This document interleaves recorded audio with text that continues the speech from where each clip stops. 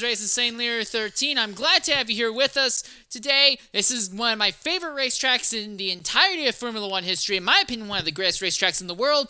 But in this game, it is known for being a very difficult circuit to master, let alone be able to control a car around. One of the big issues is that the way that the physics are set up, the curbs in the first sector on the circuit are extreme, and we are likely to see numerous drivers spin out or crash in the first few curbs at this track alone. We're looking at a full field of 20 cars for today's race. The question is, how many of them will actually be able to finish the race today? Right now, we're looking to see who the first people to come out onto the circuit's going to be, but there is some things to consider that will be interesting. Oh, and our first driver's already come out onto the track, and it's going to be Boothby, 116. XRL Raptor was not able to join today's race in the McLaren team, so he ended up having to sign up as a reserve for the Mercedes camp. Because of that, Boothby has gotten Raptor's normal McLaren seat for today. Zola is still in the other seat, and we now see Boothby, someone who has had a great reputation in qualifying, going out, and he will be the first driver to get out onto the track in today's event. Mr. Anderson, 1872 in the Aston Martin, is the driver currently leading the points after 4 races thus far this season, and he's leading by a massive amount. Raptor is serving a qualifying ban after a contact that he had in last week's event, so he will not get a chance to advance in the next round. So it'll be 19 drivers taking the track today. 4 of them will get put into the drop zone. XRL Edgar has already come out onto the circuit there in the AlphaTauri machine.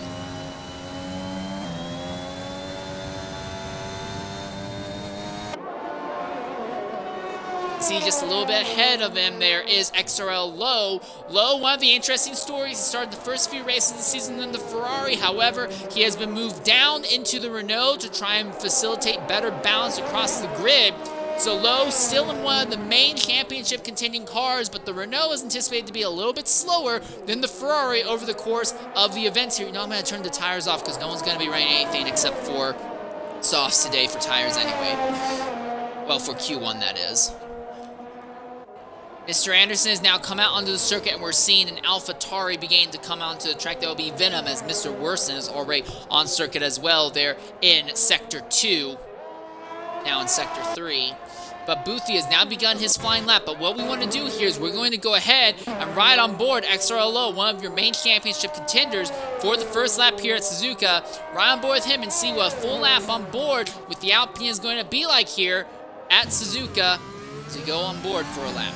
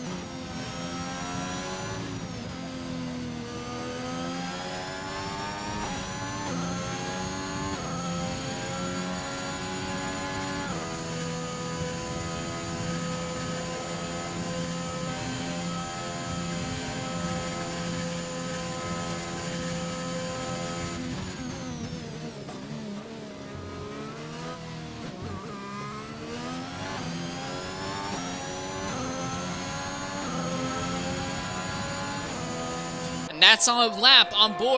Real quickly and get Mr. Worson into the party. As you saw while we were riding on board with Lowe, Worson went off there in the hairpin.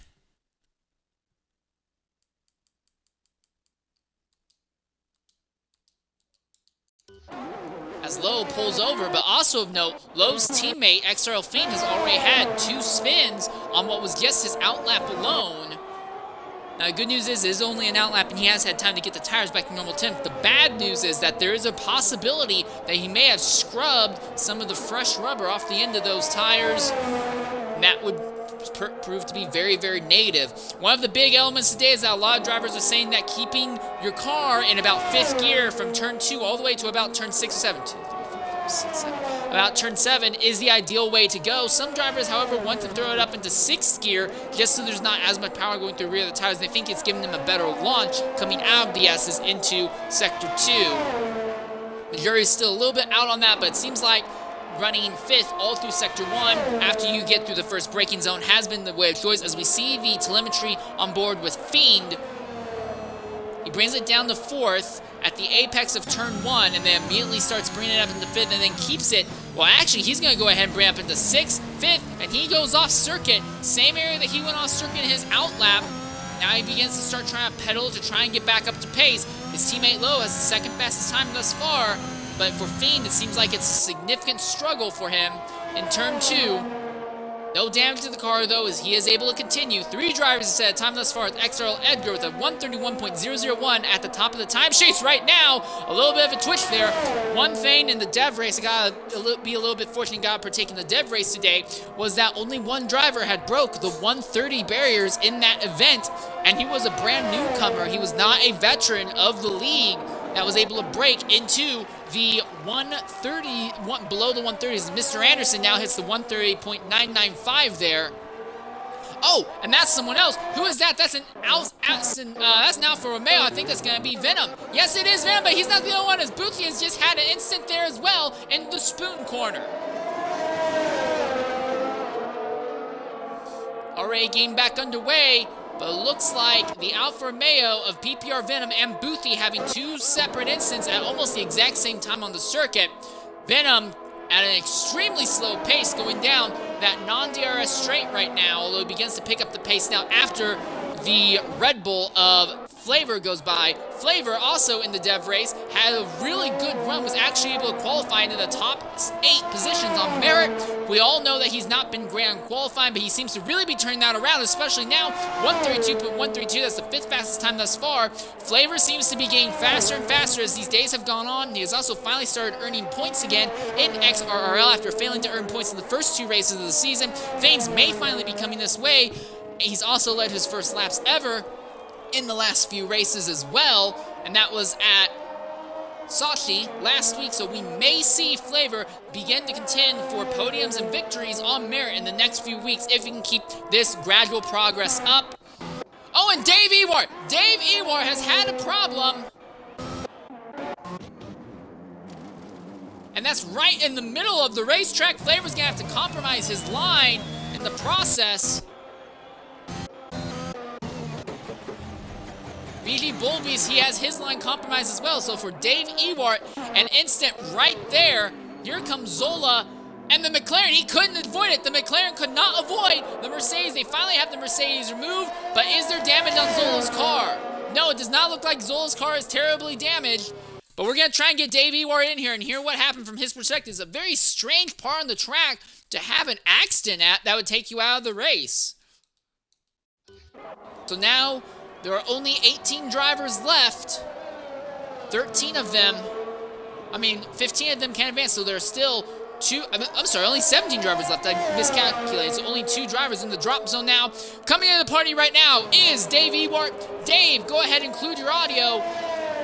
What happened? That's a very strange part of the track to have a DNF at. Just lack of skill. Not really much more to say about it than that. I just pushed it too hard and lost it and couldn't recover. So, like, did the back step out on you? Did the nose give out on you? Like, did you guys put too much power down on a curb? Or what happened? Because your car stopped, like, at an angle perpendicular to the track with the nose facing the interior. It was just a very weird thing. Like, what exactly gave out on the car? Or with you there? I put the power down, the back just gave out, and I tried to recover it, so this car turned back round a bit, but I couldn't stop in time before I caught the barrier. Alright, well, It's a shame to see you knocked out. Both Mercedes will not get a chance to move on to Q2. It looks like you both will be relegated to the back 2 rows of the field. So I just have to ask, do you think you have a chance to make your way up through the grid? There's always safety cars, so we'll see what happens. Alright, that's a fair point, Dave. Well, I will be looking to see what you can pull off on strategy. We know Suzuka, not a very good track for overtaking, but strategy is going to be king here. Yeah, absolutely. Alright, thanks again for being willing to jump in. As we're currently on board with Zola. Zola completely ignoring the contact he made with Dave Ewart's stricken car, and he's going for it full bore anyway. His teammate Boothie has completed a lap, but was not valid, so Boothie is trying to go again. Zola about to wrap up his lap right now as he goes for the final chicane. Run down now to the start-finish line, and Zola will set a lap time of 1:30.936. That's good enough to vault the McLaren into the top spot. Torpedo in the Ferrari. He was in the Alpine Renault camp before. He has been swapped. He has had his seat swapped with XRL Flow. So now Torpedo is in the Ferrari camp. He is trying to make something happen in that number 67 car at the exit of sector 134.231. He is hammering it out right now. The top of the timesheet is 130.936. The bottom for the moment is a 133.253. This will get very interesting because Beastian may want to pick his time up if he was going to want to have a serious shot into making it into the next round of qualifying. El Frisbee retires in the pits. He feels very confident with his 131.226. His teammate Bull Beast and the other Haas, 131.701. And that's been the story of the Haas. After that win they had the season opener at Canada, for the Haas team, they have not been able to finish a single race since. They've had respectable single lap pace. They've had respectable strategy in races, but the cars have been proving to be so unwieldy and so hard to control that they've not been able to complete races. It's not like last season with the Mercedes where, you know, somebody could put the blame on the drivers. No, there's 100% the Haas machines are pretty much unbearable today. Here we are, Beastian has stepped up to a 132.695, Torpedo 132.016 now. Smoothie 25 is going to try and be the next driver to set a lap time there in the AlphaTauri. His teammate Edgar has the 4th fastest time thus far. Zola retires in pit lane. He feels very confident with his lap time, as he should.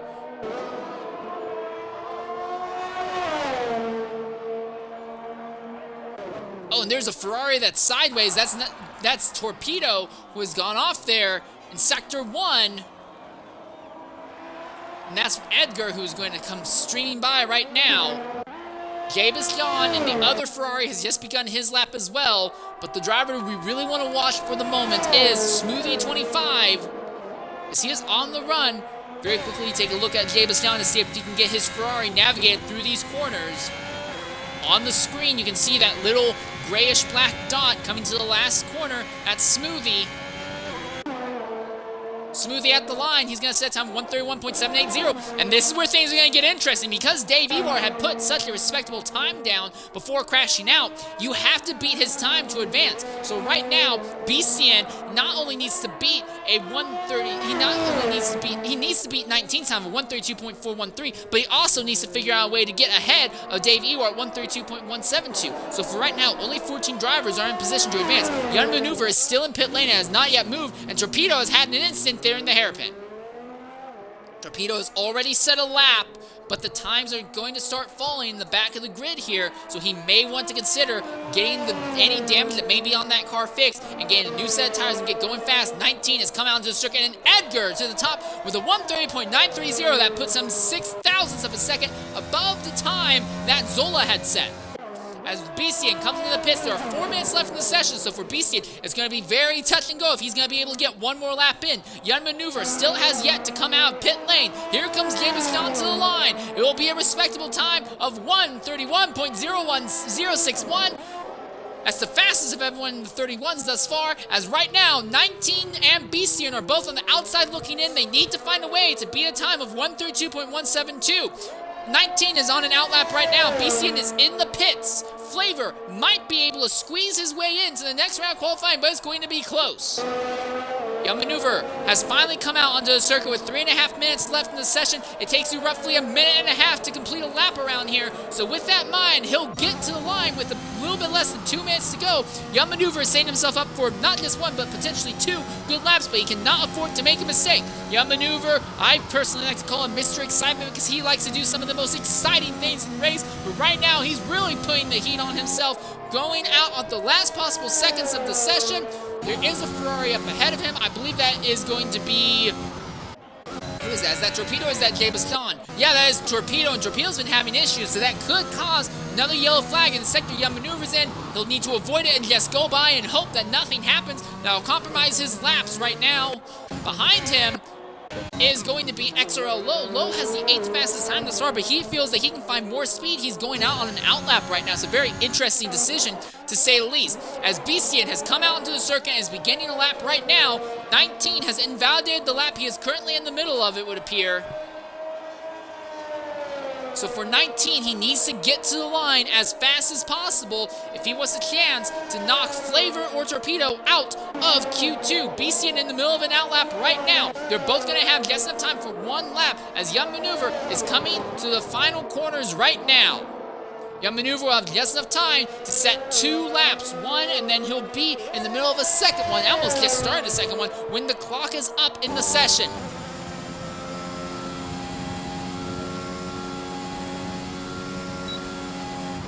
Aston Martin 197 at the end of the front straightaway. Brings it down to 4th. Now, does he keep it in 5th through the curves? He actually brings it up to 6th for the moment, then brings it down to 4th. So he's all over when it comes to the gears right now. Now he stabilizes out in 5th. Here, brings it back down to 4th. So he's all over the place when it comes to his gearing right now, trying to maximize it all the way around. The Ferrari up ahead seems to be slow for some reason. He needs to get off circuit for Young Maneuver, so that way Maneuver can run this lap unimpeded, and Torpedo will pull off for him.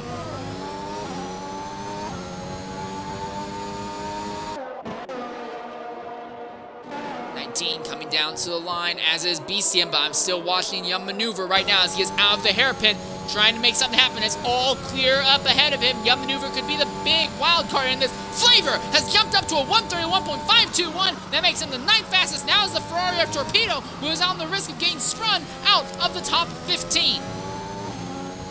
Actually, top 14 right now, because unless 19 and Beastian are able to put times that are way better than Dave's, there's not going to be any chance for them to move forward. Now here we are. Bullbeast has retired. Bullbeast has had an accident there in Sector 2. He is out. Both Haas's are out. One with a good time, one with a time that's not going to get him in. He has crashed out with a 131.701. Young Maneuver coming to the line. What will he be able to set as a lap time? It will be a 131.920. That brings Torpedo back into the mathematical contention just barely. 19 and Beastian are the ones on the outside looking in right now.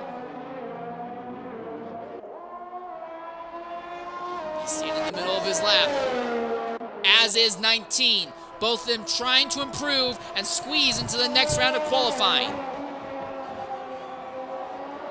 The time's up in the session. What can they do? Young Maneuver on another lap, but is he up on time? He is. He's up by over a quarter of a second alone in Sector 1. He could go faster. 19 has low fuel. This is the last the car's going to be as he's into the dirt for just a moment, but he keeps the throttle down. He is still going full bore to it here as Beastian coming in the line. Beastian is up by about a quarter of a second at the end of Sector 2. He needs to be up by a lot more. Will he improve? He's up to the 16th, but that's not going to be enough. Here comes 19 now. XRL 19, formerly known as XRL Ledger, coming out of the chicane, around the final corner. The power is through the floor. What's it gonna be? Not enough. It's not enough for 19. So Young Maneuver is in, and Torpedo is in. Bullbeast is out after being in the middle of a respectable lap. He is just, yellow flags for Young Maneuver, but he's good. He can pull back now. He is safe. And for all intents and purposes, the qualifying session is over, as 19 crossed the line too late for this lap to be counting for anything. We're going to try and get Bullbeast into the party and hear what happened from his perspective, though, that knocked him out of qualifying.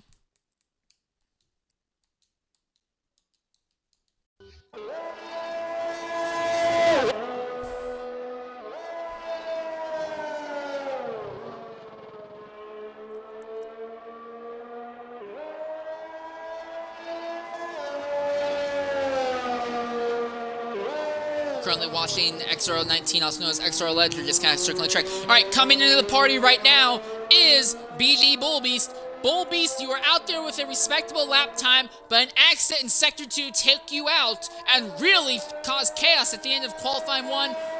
Bullbeast, I know you don't have an audio, so just go ahead and type up in chat real quickly, and I'll read it out for you. What happened that caused you to crash out there in Sector 2?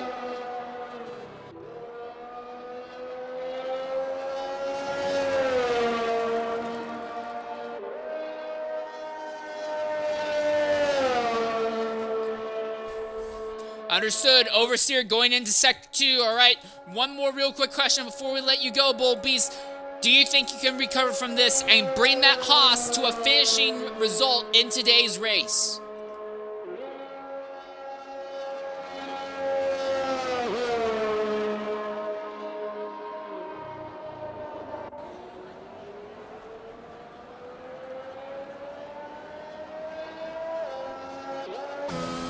Alright, it's going to be hard. Well, there's obviously some confidence that the people ahead of XRL and XRRL have, otherwise they wouldn't put you in the Haas. We'll be looking forward to you, Bullbeast, and hopefully you can be only the second Haas driver to finish a race thus far in XRRL. We'll be looking forward to your results in the race as we bring Q1 to a final end as Ledger brings that Williams into the pit lane. And Q1 comes to a close. Once again, I do want to say, although Bullbeast has already left, thank you for being willing to jump into the party. And even if it was only through text, being willing to talk with us for the event.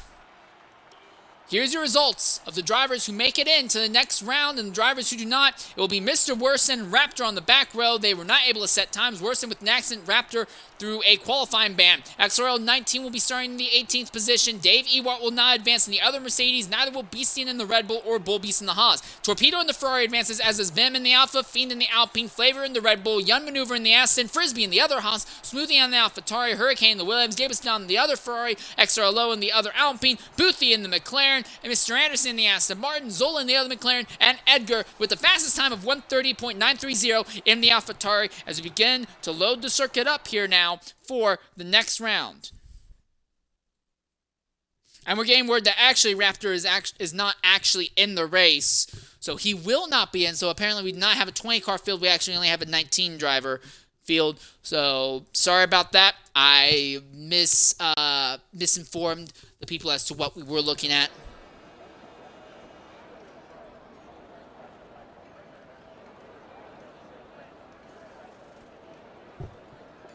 As we begin to load onto the circuit, 14 cars, 14 drivers on circuit. The top 10 fastest will advance into qualifying session 3, but those top 10 fastest will have to start the race on the tires that they set their fastest lap here on. So see Edgar now coming out onto the circuit, but he is not going to be the first one out. That is actually going to be the Haas driver of El Frisbee, and he is going to be joined as the first driver out on the circuit as by the McLaren driver of Boothie 116. So Boothie, just like last session, trying to be one of the first drivers out on the circuit to get way ahead of everyone else. We're seeing other drivers come out into the circuit. That's going to be the Aston Martin driver of PPR Venom, who is coming onto the track, and he's going to be joined by XRL Low. Right now, it seems like mediums are the tires that most drivers want to be on. Only 4 drivers have the softs equipped right now. Also, I do want to apologize for the glitch. My F1 2021 has been very weird, and you've not been able to see the drivers at all, except on the podium. And on the podium, we've only been able to see the head and neck, basically the busts of the drivers. So, yeah, my F1 2021 is being a little bit glitchy when it comes to what is or isn't loading right now. Let me know that these cars are not autonomous cars. They're actually supposed to be drivers controlling them with their wheel or controller at their home, but this is just one of the weirdities. Anyways, Mr. Anderson, your current points leader, has come out onto the circuit. He has also been joined by Ryan Hurricane, who is one of the hosts of the series. XRL Flavor has now gone out onto the circuit. So now about half of the field is out on track right now. Everyone on mediums, as Frisbee's going to come to the line. Ray Lane on the ERS pops up in the DRS. He will try and be the first driver to set a lap in the session. His teammate Bolby's crashed out at the end of Q1, so now it's all up to Frisbee to try and drag that Haas into Q3. And the Haas has been good enough with the drivers inside of it to get good results in qualifying, but being able to survive in a Haas over the course of the race has been the biggest challenge this season. Oh, and there's been a McLaren that's around. That's Boothie. Boothie has had an instant. He has come almost to a dead stop on the middle of the racetrack, although he is getting underway now. An instant right there in Sector 1, Turn 1 for Boothie in the middle of his flying lap. He's going to pull off circuit to let some other drivers go ahead and get by. He'll have a little bit cleaner track behind him. Doesn't have to worry about anyone else. But that's going to make things a little bit difficult. Boothie, meanwhile, every single driver, with the exception of Zola, who is still on pit road, has swapped to medium tires. So we may see a flurry of guys ditching the mediums to try and throw on softs here, coming into the end of this session. Boothie very gingerly pacing it around the circuit. Doesn't want to be too aggressive right now. Fiend has invalidated his lap in the Alpine. Torpedo, the man he's swapped with, is in the middle of a lap right now. Flavor has just begun his lap in the Red Bull. So right now, only 4 cars are in pit lane. Zola, Smoothie, Jabez Khan, and Yamaneuver. And Zola has just swapped over to the medium tire compounds. So everyone right now, I mean everyone, is on the medium tire compound at this point in the event.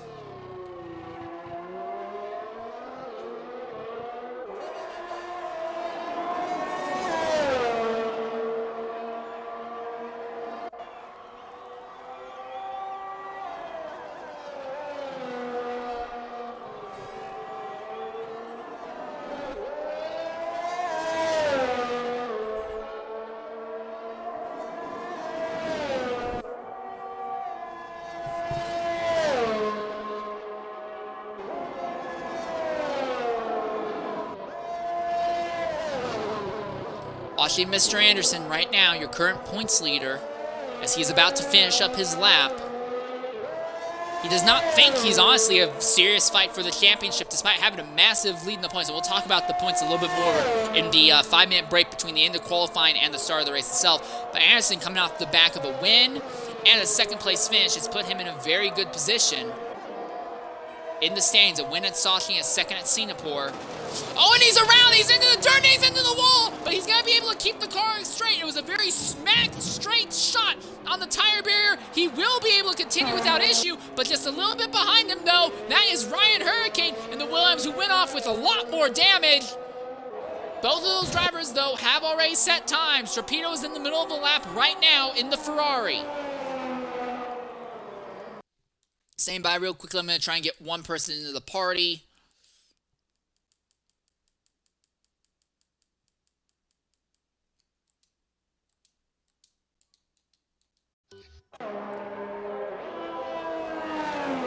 Torpedo will try and be the 8th driver to set a lap time in the session.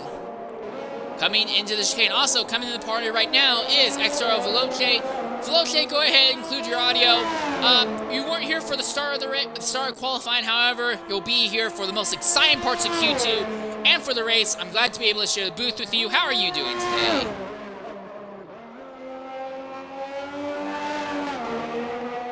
Yep, sure. Wait, my profile's offline. That's weird. Okay, yeah, sure.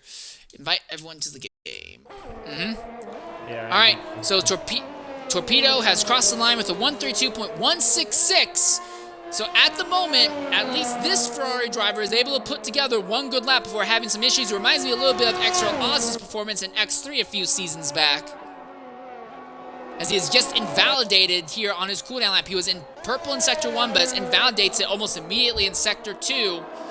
Zola is on an outlap right now, but he's trying to let the Ferrari of Jabascan go by and also let El Frisbee go by. Frisbee, though, isn't close enough to really do anything. In fact, it looks like Frisbee is out of fuel, and he's just coasting to the line right now. So he pushed it a little bit too hard with the fuel, and he's going to be coasting into the pit lane. Fiend, though, is in the middle of the lap as we speak, going through Sector 1. Yeah, Holding it steady in the 5th gear all the way through. Yeah, it looks very bumped in the Alpine. Yeah, the car's very... I've driven it before. Not the easiest thing to drive. Back end's often slippy when I drive it. So, best of luck to him in this race. Alright, so now I just have to go ahead and ask. We're here at Suzuka. It's Q2. What tire compound would you want to start this race on if you were one of the drivers on track today? Well, I mean, all the teams would be thinking different things, and it's all down to the driver preference, I think. But personally, I think I'd go on softs, unless obviously the weather permits mediums. Honestly, because I think there's an early safety car. You could probably box to a new set of mediums and make it fairly well, if not the whole way into the race, fair way into the race. So I feel like softs are the best tires to start on around here, but obviously it's down to each driver. Alright, well, in the dev race today, there was also anticipation that to be an early safety car. While there were early virtual safety cars in the first 5 laps of the race, each one that flew was gone by the time the field caught to the pit lane. So there is a risk. There is, just because this is a track where not a lot of drivers are anticipating to finish the race. Oh, and Feed with a massive spin right there in turn 1. Did not hit anything, was able to quickly arrest the speed of the car before it got out of hand, but he went right around in turn 1. Yeah, as I was saying before, back end very slippy in Alpine. I think their car is very much based on the front end, at least in the game. Not so sure about real life, obviously. His rears are not going to be gone as well. He's going to want to get off those mediums as quick as possible. Indeed, right now, medium tires have been the tire choice, although Edgar, Frisbee, and Flavor have recently gone ahead and swapped over to soft tire compounds. Flavor coming out of pit lane right now, as we're watching on board with Smoothie25, him and Young Maneuver wait until the mid parts of this session to set a time at the moment. Yeah, those drivers on softs, so either, yeah, like I said, they might prefer either starting on softs, or they might just not have the confidence to go on mediums. We see that a lot with Perez in real life. He doesn't feel like he can get through on mediums, he goes out on softs and, well, absolutely blitzes the rest of the grid. So let's see if anyone can recreate that today.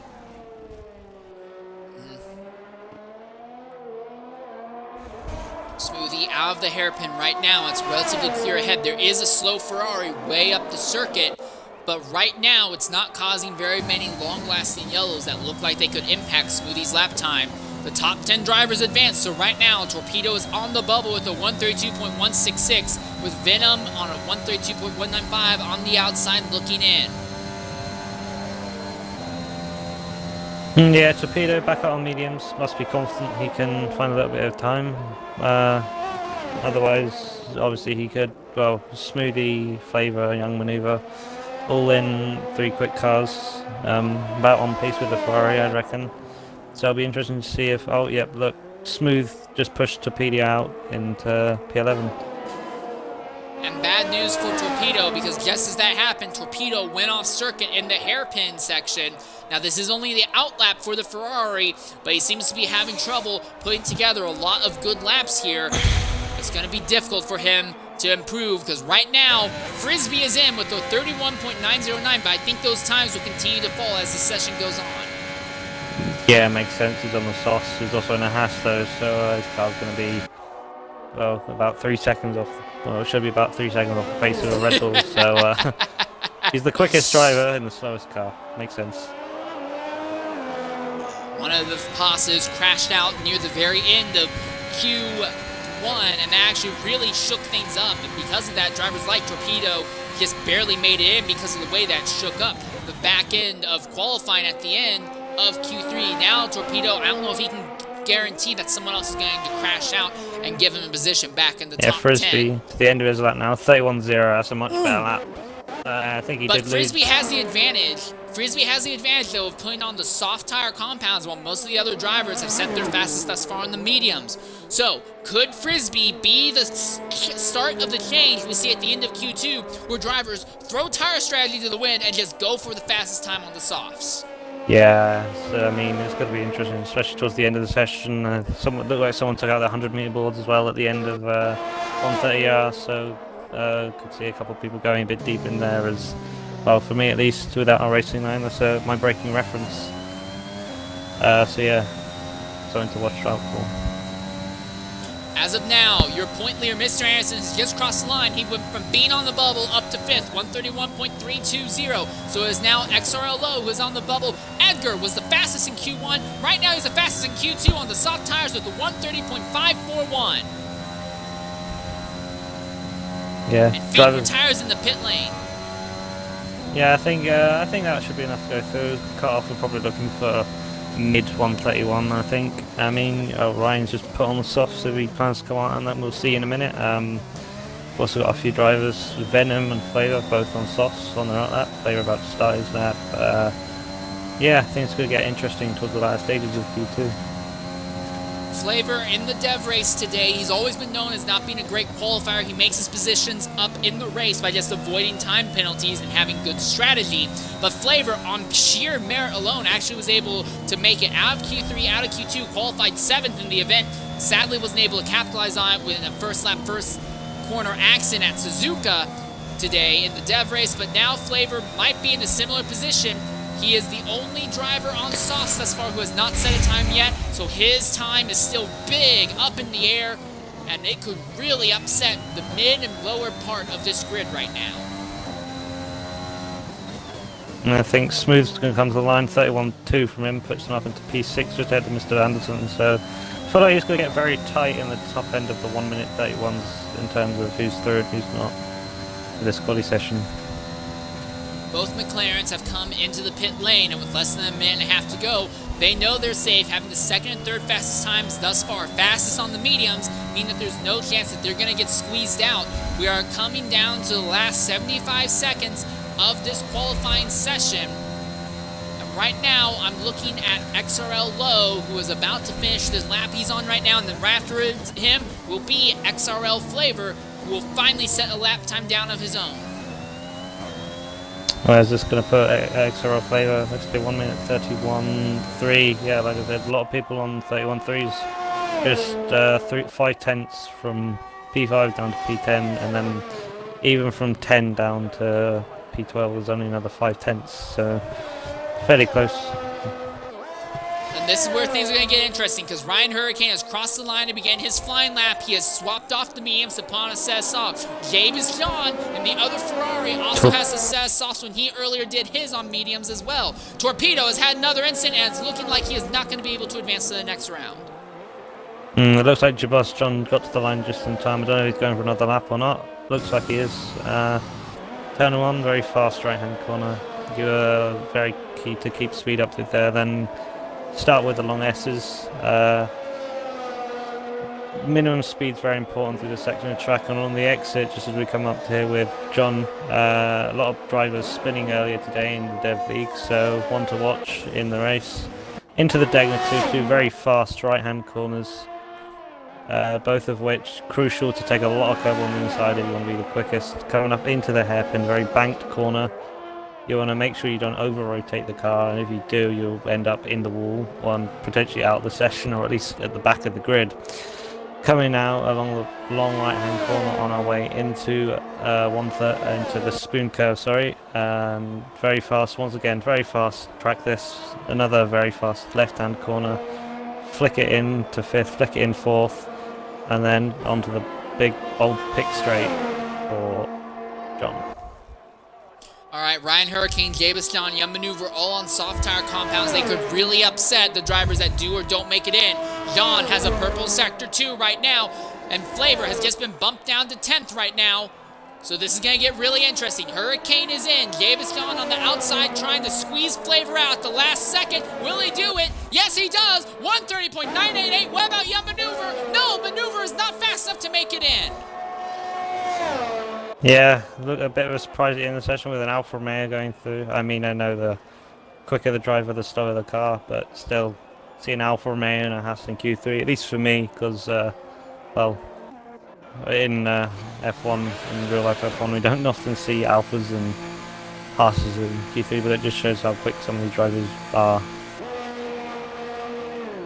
Well, we've seen over the last 4 races, we have had a Haas finish the race, and that Haas that finished won the season opener at Montreal. The problem is, we've had 2 Haas's in every single race thus far, so that's basically 8 race attempts by Haas machinery, and only 1 of them have resulted in a finish. It's been DNFs for all the other attempts thus far, and we've seen that the Haas's, they've been able to get into Q3 without too much of an issue. They have ability, or at least the drivers inside have ability. They've been in position. They almost always crash out when they're in the top 6, top 7 positions, so they have the pace to keep up in the race. But the Haas machines are so inconsistent that's been really random on if they can or cannot even make it to halfway in the race. Now, but before they crash out, though, we always see them in like the top 7, top 6 positions in the event.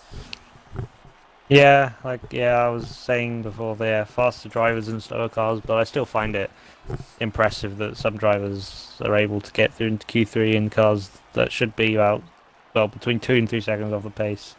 Everyone in here is quick, obviously, otherwise they wouldn't be in league racing, but it's just crazy to see people in Haas and Alpha make it through to Q3.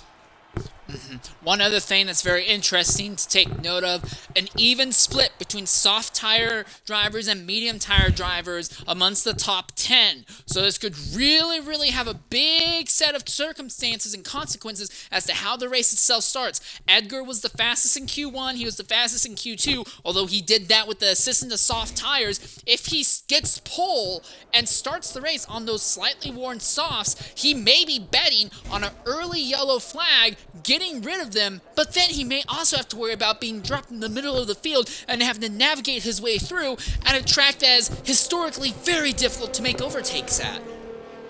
Yeah, following around here is very difficult. Obviously, Sector 1 is the S's. I can't imagine they're at all easy to follow through. Then you got Sector 2, which is just the 2 Degnas, and potentially you get a good run off Degna 2, you could get a run into the hairpin. And then, you get a good run off the hairpin even, you could get a run into Spoon and down the back straight, but by that point in the lap, you're probably going to wait for DRS on the DRS straight, which I'd say is probably the biggest overtaking opportunity on the track.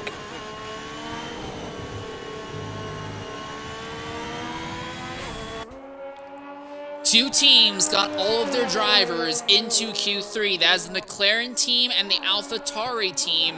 And those 4 drivers have been some of the fastest thus far. So this could be a good, strong run for those 2 teams. And for XRL Raptor, who ended up missing out on starting this race, that would be a big headache for him because he's supposed to be in that second McLaren seat. Boothby is the reserve driver. So that could really have massive knock-on implications on the championship going down the line. Yeah, McLaren's very good car, especially straight line speed, and straight line speed is, most of this track. Obviously, all of pretty much the third sector is straight line. The very, it's not a long pit straight, but it's a very effective pit straight. And then the first sector, very high minimum speed, so teams like Ferrari and Haas and all the Ferrari powered engines might be struggling a little bit more around here as opposed to a track like, Mexico or somewhere else with slightly more corners. Coming out of the final corner, Frisbee now begins his flying lap. 4 drivers are still in pit lane. That would be Boothie, Smoothie, Fiend, and Mr. Anderson. As we're currently following the Haas around the circuit, trying to see what he can do here in the final round of qualifying, the shootout for the pole, and what determines the top 10 starters in the race.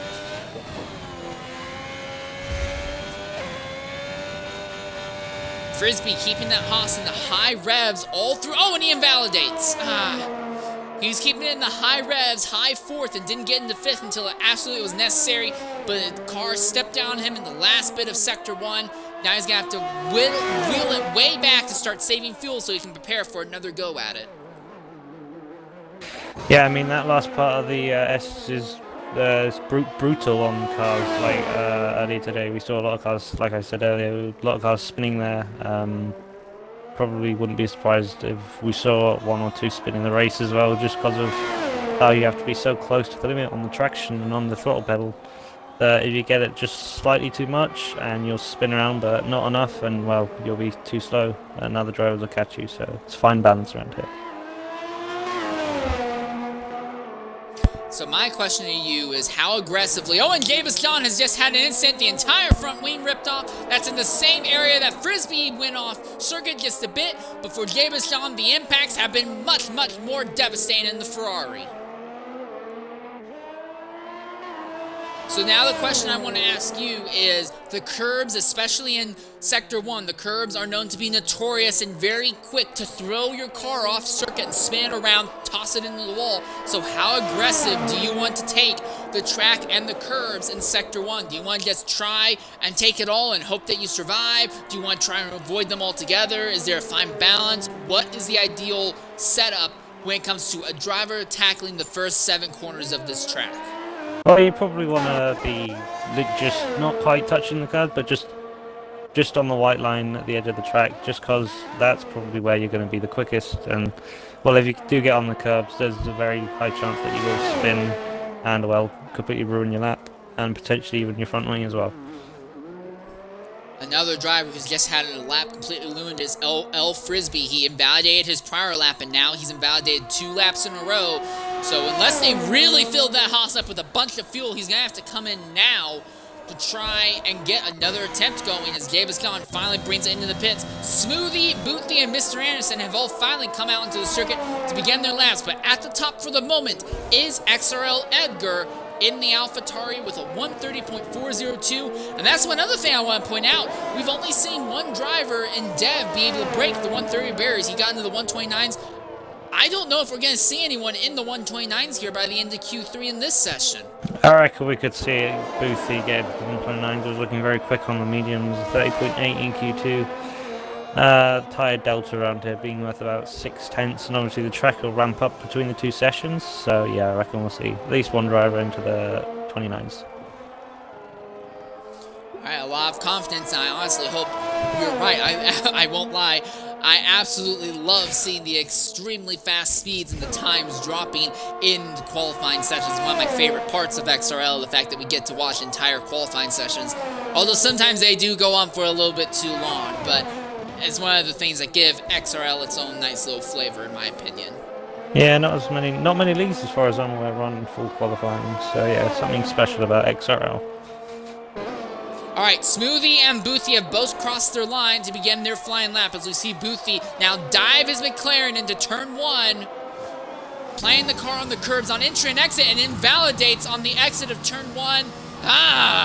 The good news is he can start backing down now, let the AlphaTauri behind go by, and he can start saving the fuel back, but frustration for Boothie.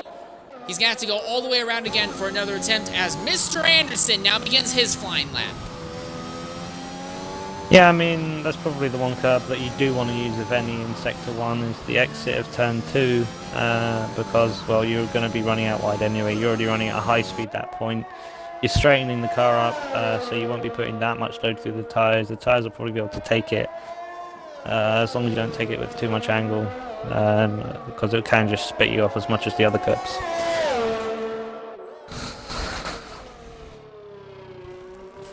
We're over halfway through the session, but only 4 drivers have been able to set a time thus far. Invalid lap times, and in the case of Gabaston, an accident, have really crippled the ability of the field to set proper times. But right now, we have a McLaren Azul. Oh, and Anderson's just invalidated his time as well. So now we focus once again on Fiend and Smoothie.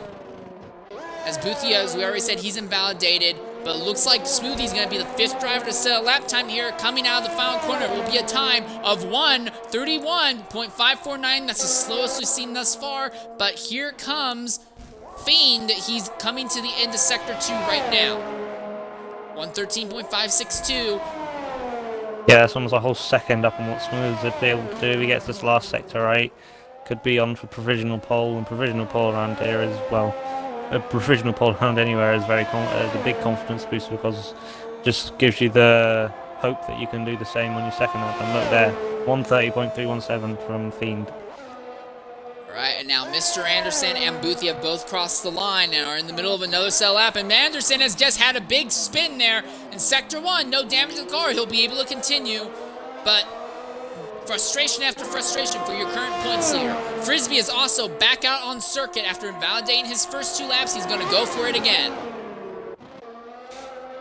Yeah, it'll be interesting to see what everyone can do in the latter stages of Q3. I mean, Boothie, purple sector 1 at them, and he looks to be on for a, well, he's had a great lap so far, so maybe he can get up there with maybe his teammate in P3, 131.2, maybe dip below the 130 mark even. Fiend was chasing after it the following lap and had an incident in Sector 1 and very nearly lost it in Sector 2 at some of the slower corners there. So, Fiend, you can't say he's not pushing. He most definitely is. Anderson is invalidated. Frisbee is in the middle of a lap. But Boothie, coming out of the final chicane to the final corner, will finally set a lap time. What will it be? He comes into the pits. He's aborted. Yeah, I think he made a little mistake going into the chicane there by the looks of things. He locked up his rears. Yeah, that can really offset your balance, well, can really upset your rhythm, and around here rhythm is key because there's not much time where you get a chance to relax other than really down into 130R. Most of the laps And with 2 minutes and 45 seconds left, I'm just going to go ahead and say this, for drivers like Smoothie and Boothie, who are both in the pit lane, I don't know if they're going to be able to get out on circuit and set another lap. Jameis John all the way around, and the SS spins all the way around, backs into the wall, but he kept the front wing safe, and he should be able to continue. Yeah, let's just hope he has no rear wing damage, because, well, your rear tyres are probably gonna, well, they do get quite hot in that first sector. Putting all the load through those tyres, obviously they can't, not four-wheel steering these cars, two-wheel steering, so just a lot more friction on the rear tyres, a lot more energy running through the rear tyres, therefore a lot more temperature running through the rear tyres. And, well, it's very easy to lose it in the first sector, especially towards the final left-hander. Alright, the good news for Boothie is that he's just gotten onto the circuit with 1 minute and 47 seconds left, so as long as nothing goes wrong, Boothie will be able to get to the line and he'll have one more chance to set a lap. Jabez Khan is also back out on circuit, but for Mr. Anderson, he's in pit road and it looks like he's not going to be able to set a time. As Fiend retires in the pit lane, he feels that his time of 130.317 cannot be beaten by anyone on track. Yeah, Edgar, probably his current closest rival, invalidated at turn 1. I mean, probably one of the only drivers who could probably beat 130.3. He has enough time to get back around, so he has enough fuel on board. I don't see why he couldn't go for another lap. I mean, he hasn't got anything to lose, because, well, you don't drop places here in qualifying, no points. True. Also of note, Frisbee finally got a lap in, and it was a very good lap, 130.859. That's the third fastest thus far. And PPR Venom also on the lap, coming out the hairpin now. I think I saw he was 10th or 2 up on his lap, so be interesting to see where he can put that alpha on there. And Jabez Khan is also in the middle of the lap. This will be his last attempt to get a lap in. If he invalidates, then he's not going to be able to start in the top 8 positions. He'll be relegated to what looks like a 9th place starting position. It's a purple sector 1 for the Ferrari. Yeah, look very tidy through Degnan and Dane 2, maybe a little bit conservative as well, as he just doesn't want to invalidate, he wants to get a lap in, and even if he gets the lap in and it's slowest, still P7 is better than P9 around here, because track position around here, while you can overtake, it's definitely hard to overtake, especially if you're stuck in a DRS train. Yeah. Venom comes into the pit lane, so he aborts his attempt at going for another lap. And with that in mind, time's up, over, plow. Boothie and Jabez Khan trying to set their first laps of the session. Edgar trying to see if he can mount a charge against Fiend's 130.3. Yeah, I mean, Jabos John's 1/10 up on Fiend's 130.3 going into the final sector, so if he can get this right, this could be a pole position for him. Looks like it's going to be a 1 minute 30.416, very close between him and Edgar. Might have made a little mistake into the final chicane, or as well, the straight line speed of the Alpine is better than the straight line speed of Ferrari, so that could have played a factor as well.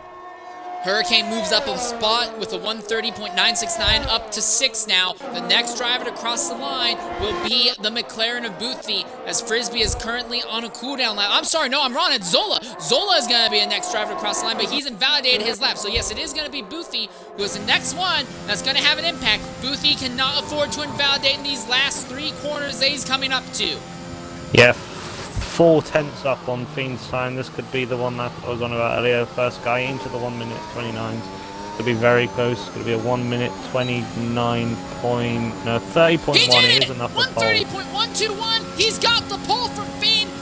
Boothie once again showing his qualifying prowess. There's nothing that Edgar can do to fight back, nothing that anyone can do to fight back. At the very end, in the McLaren reserve seat, it will be Boothie 116 who will take the pole here at Suzuka.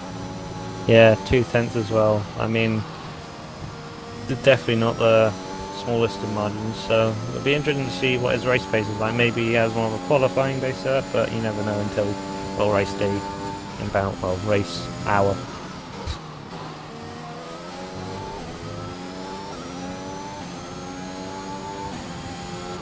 Yeah, McLaren 1-3, I believe it was, so 1-3 or 1-4, so very good for them. Oh no, yeah. Oh, sorry, All right, 1-6. so... That's my bad. I thought Oda was higher up than what he is. Yeah. Well, this is going to be really interesting, though. Excuse me, because it's going to be two drivers who are not on top of the timesheets in Q1 or Q2 who will be leading the field to the green here. Boothie and XRL Fiend at the front. Mr. Anderson sadly not able to set a single lap time in the session, so he is relegated to 10th. And for your points leader, that's very rough. The Alfa Romeo Venom 9th, Ryan Hurricane 8th in the Williams, Frisbee 7th, Zola 6th, Smoothie 25 5th, Davis John 4th, Edgar 3rd, Fiend 2nd, Boothie 1st. Very, very interesting. And for Anderson, I don't know if I saw your instant in that session or not. I've already kind of started forgetting some of the details about it. I may have caught it, may not. I can't properly answer that question right now. But now we begin to load into the race itself. Yeah, the gap for pole and second was the same gap between second and sixth, so obviously it's quite a marginal gap. Will be interesting to see if he's able to keep that gap in the race. And often, well, high fuel, over 100 kilos of fuel, that'll have a large effect on braking points and just general maneuverability of the cars. It'll be interesting to see what they can do. Well, there is two things I want to mention about Boothie. Boothie has been in the hot seat for being involved and being related to or being outright the cause of several large multi-car accidents that have happened in XRRL during both points-paying events and preseason events. So he's kind of has a reputation he's trying to shake off right now. If he could pull off a great top 3 finish here from the pole, it would be a great step forward in that. But also, Boothie also needs to work on overcoming his own past experiences. He got the pole at the XRRL race at Catalunya last season, and immediately fell from first to third going into the first corner, finished dead last after crashing out before even 10 laps were over. He's always been known more for his qualifying prowess, of which he's one of the best qualifiers in all of XRL. But capitalizing on the results in the race has been something else. However, at Suzuka, it's so hard to overtake here. All you really need is strategy and good control of the car. He could finally start turning his results around here today, and I would absolutely love to be able to see him do that. Yeah, of course, Spain is a big run into turn 1, so it's probably better to start from P3 as we saw in real life with Max Verstappen at Mexico, because you could just slipstream the car in front of you down into turn 1. Whereas here at Japan, there's not half of the distance there is at Spain. So if he gets a good start, gets into turn 1 clear of Fiend, I think we could be set for, well, not to pull away, but I reckon that he should be up fairly clear with only Fiend to fight and maybe Frisbee as well later on in the race.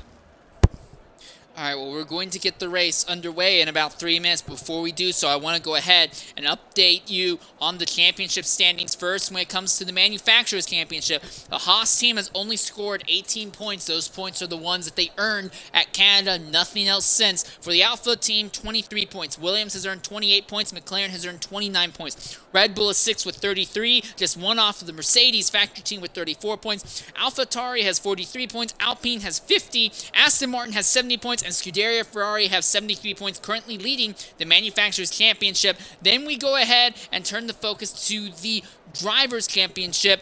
Dave Ewart, Collie Boy, and Venom all have yet to earn points. 14th is XRL Ledger, also known as 19. He has 5 points.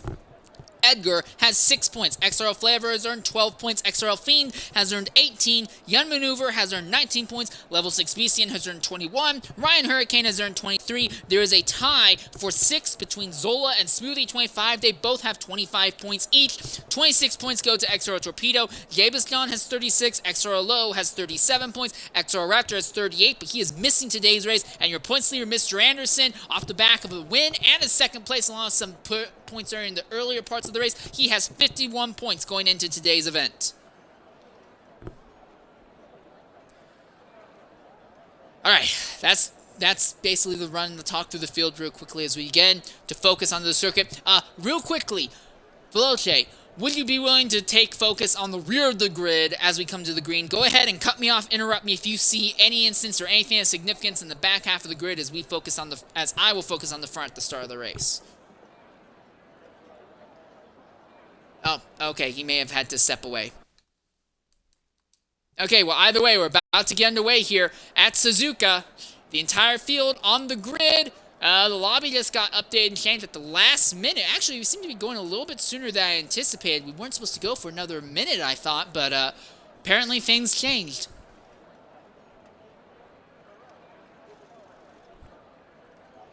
Preparing to get underway here at Suzuka.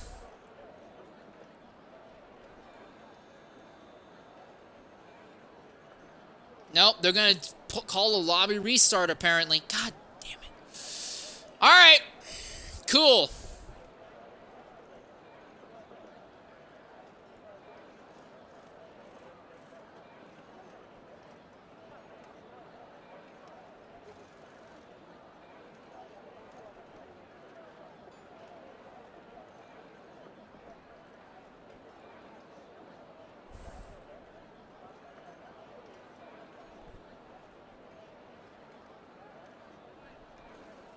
Alright, so now it looks like we're just going to be standing by for a little bit until we get the actual race itself underway.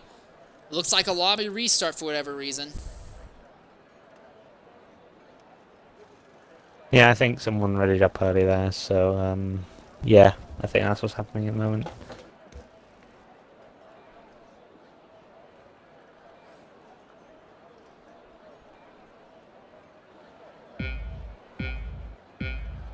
Yeah, this start you're seeing right now is not official. They're going to be this is all basically being called off here at the start. That's why no one's really even trying to do anything. Yeah, I think the only drivers in the lobby, Dave, probably practicing a start. I don't blame him, to be honest. Fiend's in the lobby.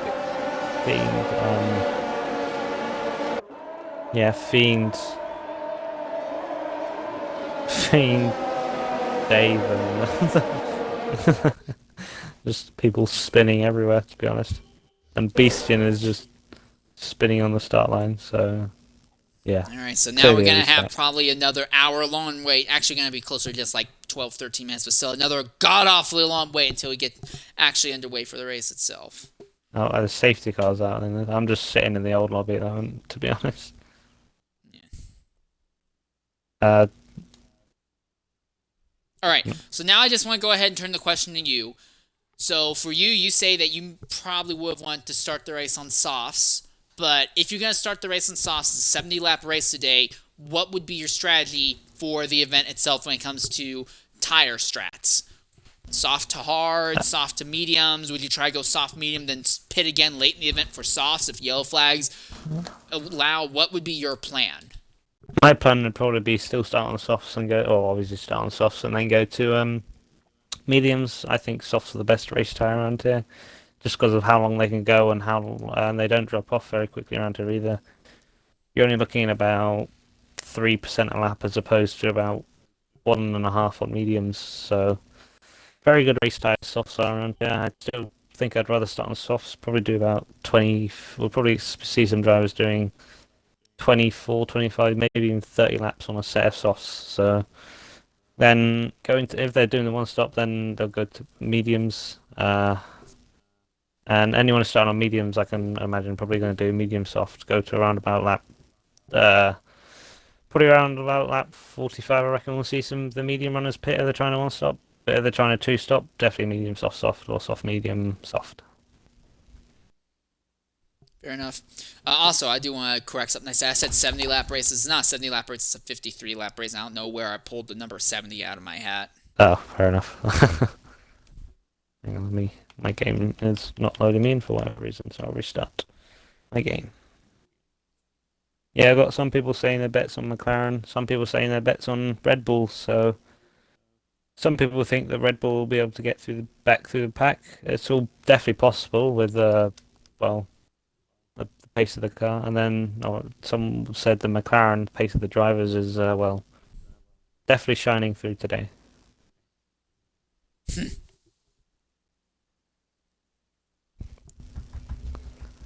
Yeah, the midfield. I reckon the battle for even third down to the last point is going to be close, because at the end of qualifying, there was I think it was about a 4/10 gap down from second on a 30.5 down to, I think it was a 30.9 or something in the top 10, so it was fairly close, that as well.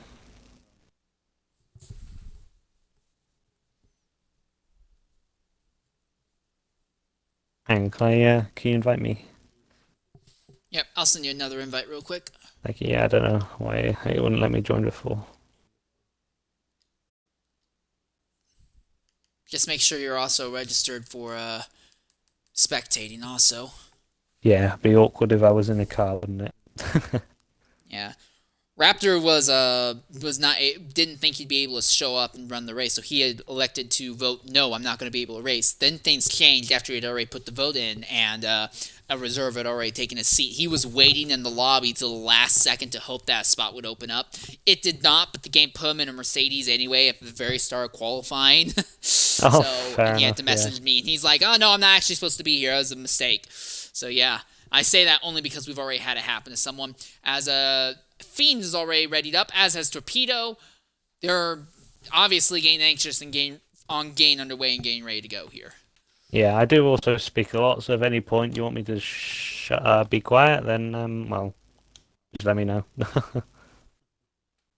Nah, it's fine. Although I will ask a favor. When we get to the actual race start itself, would you be willing to focus on the back of the grid and go ahead and interrupt me, cut me off or anything if you see an accident or any significant incident occurring in the back of the grid as we go to the green? Yeah, that sounds good. I'll focus on probably the back. I'd back 8 or back 9. Well, just the back end in general, to be honest. Yeah, normally what I do is I focus on the top 3 for the first sector or so of the race, and then I jump to an onboard near the back of the grid, and then filter my way up through the field for the rest of the first lap until I catch the first battles on circuit. That's normally how I do the broadcasting on my end, which works fine, but that also means I miss instants at the back more often than not. Yeah, fair enough. Torpedo was out in Q2, so it'll be interesting to watch his start. I'll probably keep a close eye on him off the line. I think Hurricane and XX weren't seen in Q3 either, so yeah, it'll be interesting to watch. Also, one other thing to consider, due to the lobby restart, everyone in the top 10 will still have to start on the same type of tire that they set their fastest lap on, but they will now be fresher tires. They will not have any wear on them. The good news for that is that they'll be able to go a little bit longer. The bad news, because there is going to be a downside to it, there's always an upside and a downside when it comes to racing, realistically. The downside to that is that there is a difference between fresh tires and what we call used or scuffed tires. If a set of tires have already been used on the track, and I say this almost every week, I cannot stress the importance of it enough in a series like Formula 1. Tires that have already had a lap or two on them are known as being scuffed. They've had the little shiny outer layer already torn off. They've already had a heat cycle going through them. So when you put them back on your car and you get back out onto the circuit, they get back up to heat real quickly, much quicker than the more fresher tires. Now, obviously, they fall off quicker, but for the start of the race, there is a very small benefit for the top 10 drivers because their tires will have been scuffed. They can get the heat in them a little bit faster than the drivers behind. Lets them defend their positions a little bit better for about the first sector or two of the race. Then afterwards, that advantage immediately starts swinging back to the drivers farther back. And then when you get onto that mindset, you also have to consider some drivers, and I got a chance to run the dev race earlier today, and during Q2, some people were actually happy that they got knocked out of Q3 because there is an advantage starting Q2 with brand new tires than starting in Q3, then getting to Q3 and starting the race on worn tires. So it's just one of those things to consider. Sometimes tires can be more important than track position, and that goes down and depends on what kind of circuit you're at and what your strategy is going to be. If you're at a circuit here like Suzuka, where it's almost impossible to pass, it's a little bit more up in the air. You go to a track like Monza or Montreal, where it's not too hard to pass as long as you're not being stupid. You know, it's fine to lose a place or two at the start of the event just so you can fly up the field with slightly better tires. It really, really varies a lot depending on what the circuit is and what your personal strategy is going to be for the race. Yeah, I also think that the lower deck, the track, the better the restart. No, the worse, sorry, the restart, because obviously at a track like Hungary, if you qualify in Q2 on softs, you're going to be looking about 8-9% for the start, whereas a track around here, you're probably looking at 3-4% for the start. There's also an advantage for the soft runners more than the medium runners, because obviously their tires have been born more due to the softer tire. Mm-hmm.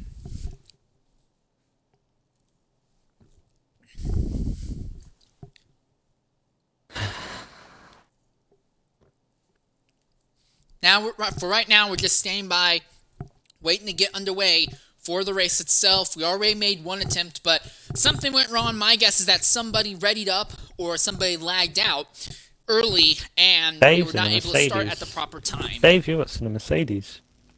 Yes, he is. He has got moved into the Mercedes. Sadly, an accident early on in Q1 kept him from being able to move up the grid at all, so he's going to be near the very back of this field Oh, yeah, today. Apologies. I was thinking of Devo. I saw him in the AlphaTauri earlier today, so that's why I was confused. Variety of nationalities in there as well, nice to see. I don't race in many leagues that have, well, non-English drivers. Now, when you say non-English drivers, do you mean people who are from outside of Great Britain? Okay. Oh, so you just mean English to be fair, I don't see many Americans in racing, because obviously the time difference is like 6 hours or something. I don't know what. Are you in the UK or in the US? Yeah, I'm very much American. I was just checking. I mean, I thought from your accent you might be American, but I was just checking because I have a friend. All right, fair enough. I'm like nearly accent blind. Oh crap! We need to get underway for the race. I'm sorry, we kind of rambled for a bit, but yeah. Now we turn our focus to the racetrack as the lights are at 4 lights, 5 lights. And it's lights out, and away we go here at Suzuka. And right off the line, Buki gets a little bit skittish off the line. Now let's Speed get right alongside. There's 3 wide for a second position going for a spot. There's going to be a back out further back. Zola and Edgar at the back, way out of it. There's an instant further back. Flavors around. That's another bad start for him. Bullbeast is involved in an instant. 19 has caught to the back of the grid. He's caught there behind Young Maneuver. We're still green on the racetrack, though, as Dave Ewart is holding up the field behind him. And there's a car off circuit. That's Worson. Worson goes off circuit. He merges back on the track right behind Dave Ewart. Beastian and 19 are having trouble navigating by him. It's causing a massive stack up here. Farther up the grid, though, Torpedo has recovered up to 12th as Lowe looks for a move on Anderson. Can't make it stick. Boothie gets back by Edgar now for a second position. Yeah, that start was pretty chaotic by the back. I went on board with an Aston Martin and I saw them get... That's Venom! Venom's off circuit! In the hairpin! Yeah, I saw Aston Martin get shunted into the back of a Haas, and then I just saw Flavor go around and it all erupted pretty quickly at the back. But yeah, it was a very interesting start. Biggest winners from that start, Dave up 7 places. Edgar's just gotten back by Boothie going down the non-DRS straight. So Edgar back in the second. Boothie is right there ready to capitalize, as is James John. Yeah, biggest losers from that start. I think Venom has completely lost his front wing, so he's down 10 places from P10. Flavor down 7 from what would have been P11. Young Maneuver down 4. He has wing damage. I think the back 5 or 6 will have wing damage. But yeah, very good start from Dave. Managed to avoid most of the carnage, go through everyone, and effectively just get up to P12 without any harm, and now he's on the back of Torpedo, on the back of the points. So very good stuff for Dave. And Dave is on soft tires. Oh, Torpedo's around! Torpedo's around, hard into the outside wall, but the tires are still on the car. He has lost the front wing, but he should be able to continue. And that's a virtual safety car, and for drivers like Bullbeast, Mr. Worsen, Young Maneuver, and XR Flavor, this is great because it gives them a chance to minimize the amount of time that they lost.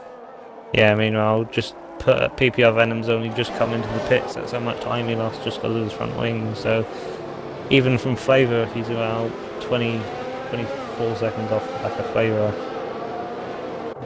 So yeah, quite well, 14, sorry, not 24. But thinking back to the start, Boothie had the pole position but was not able to put the power down very well. Fiend easily out-dragged him to the line. In fact, Boothie was in the middle of a three-way fight with Edgar and Zola coming to the line. Edgar and Zola immediately pulled out of it. Edgar was able to recover and get back up in the second real quickly, but it caused an absolute monumental amount of chaos in the upper midfield. Fiend actually had a 2-second gap over Edgar by the end of the first lap alone, simply because Boothie had botched the start that badly. All right, coming to the green flag now. Yes. Dave now, I just realized got past, well, I think he just gained a position from Torpedo spinning. So Torpedo's still in 14th, so he's not... Oh, he's just come off. Torpedo still has not got the front wing on the car yet. So it's going to be very painful for Torpedo. He's almost guaranteed to fall to 18th, if not 19th position here. As Dave Ewart finally... Dave Ewart got by Mr. Anderson the S's, but couldn't make it stick, and Anderson powered back by.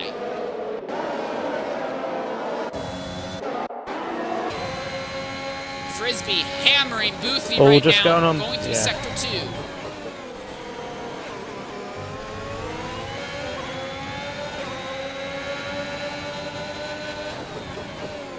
Yeah, Hurricane ready to capitalize on any mistakes. It remains, looks like Boothie's gone wide. Hurricane's going to try to get up the inside, not quite. Boothie just gets an amazing run of the traction because he went in a bit deep into the corner. Hurricane still sitting just behind this battle, looking to, well, they're hoping that one of them makes a mistake and he can gain a position from it. Right now, it's looking like Boothie is very likely to make a mistake that might drop him a little bit farther back. There's a Red Bull that's had an issue. That's Flavor. Flavor has gone off there in the S's. No damage to the car. He will be able to continue, but this will likely drop him to dead last on the fit grid. Yeah, start of this race very hectic, especially for, well, what is currently the bottom 6, even bottom 6, all having to pit within the first 3 laps of the race. Yeah, this race is setting out to be an interesting one. And of course, DRS now enabled. That McLaren straight line speed really gaining. To be very close to the turn 1, not quite able to send it down the inside of Frisbee. Now he's just going to be stuck behind him for what is essentially another minute and a half of a lap, because you can't really overtake in this middle sector. Ryan Hurricane is close right back behind Boothie, looking to see if maybe there's a way he can capitalize and squeeze by the McLaren as they come racing out of Sector 1. Boothie gets into the dirt twice, but is able to keep the car straight for the moment. Oh, yeah, Boothie's gone off again. That's going to be at least 1 warning for him there, maybe even 2. Get 3 of those, you get a 3-second time penalty and a black and white flag to your name. So all drivers wanting to avoid that as much as possible. Track limits normally around here, not too much of an issue. That's because normally if you go off wide here, you're either on the grass or you're on curbs, and you're around within about half a second. So. Bullbeast! An accident back there in this 15th, 16th position for Bullbeast, but he will be able to continue, no damage to that car. Oh, Torpedo's around as well, just off turn 2. I know he got too much turbo on the outside, just caused him to lose grip on the outside tyres.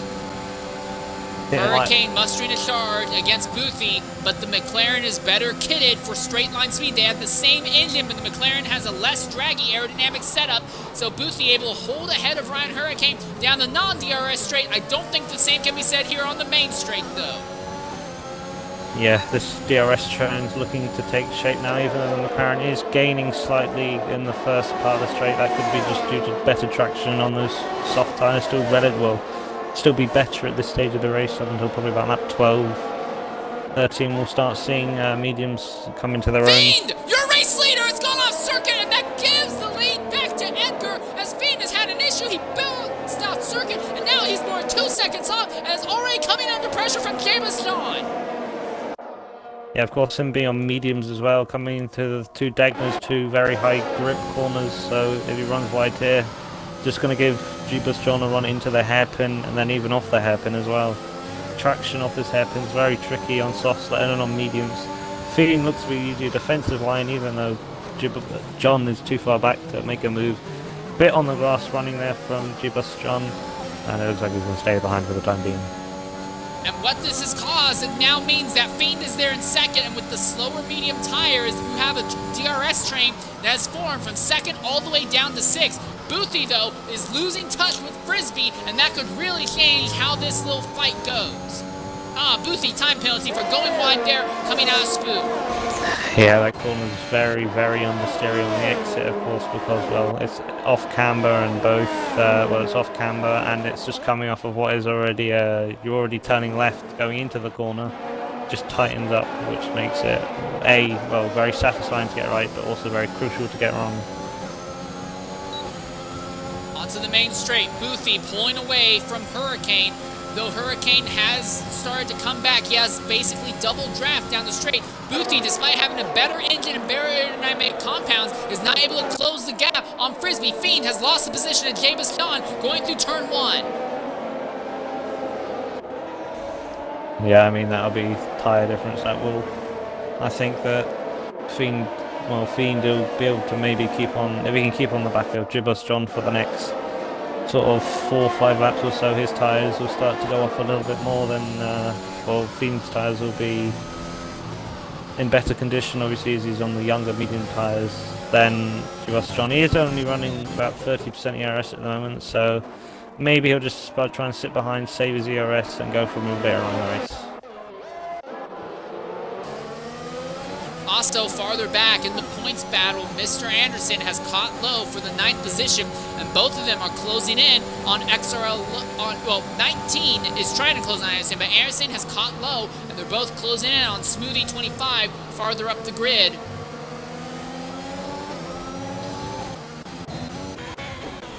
Oh, Venom's out. Where's that? That's a safety car. Where is Venom? Yeah, that's right in front of the leaders as well by the looks of it, although that car is way off circuit, but that's a full course safety car, and for Flavor, Torpedo, that's great for them because they'll be able to circle to the back of the grid now. I wonder how he's gone off there. Maybe he took a bit of inside curb into 130R and it sent him spinning. Well, there is one way to find out, and that would be to try and invite Venom in, which is going to be what I try to do now, see what happened from his perspective. Frisbee has elected to come in and throw on a set of new tires, going to take off the worn softs and put on a set of fresh mediums. He's the only driver in the top 13 positions to do so at that.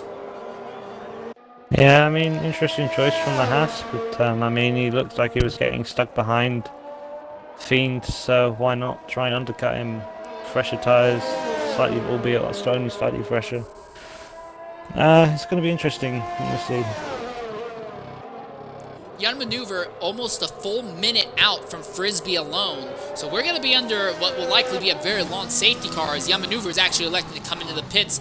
They're going to, I'm not sure if they're going to change the front wing or not, but they're going to put on new tires on that car.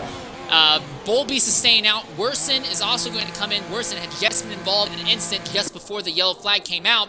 Is Torpedo going to stay out, or is he going to come in? And what about Flavor? Flavor, he's trying desperately to stay on the lead lap. If he elects to come into the pit lane, there's a risk that he'll be end up getting trapped a lap down, so he may have to stay out. Yeah, I don't think he'll be on lap down. To be honest, the safety car's only just coming up to Spoons, so yeah, I don't really think he'll be endangered of getting laps.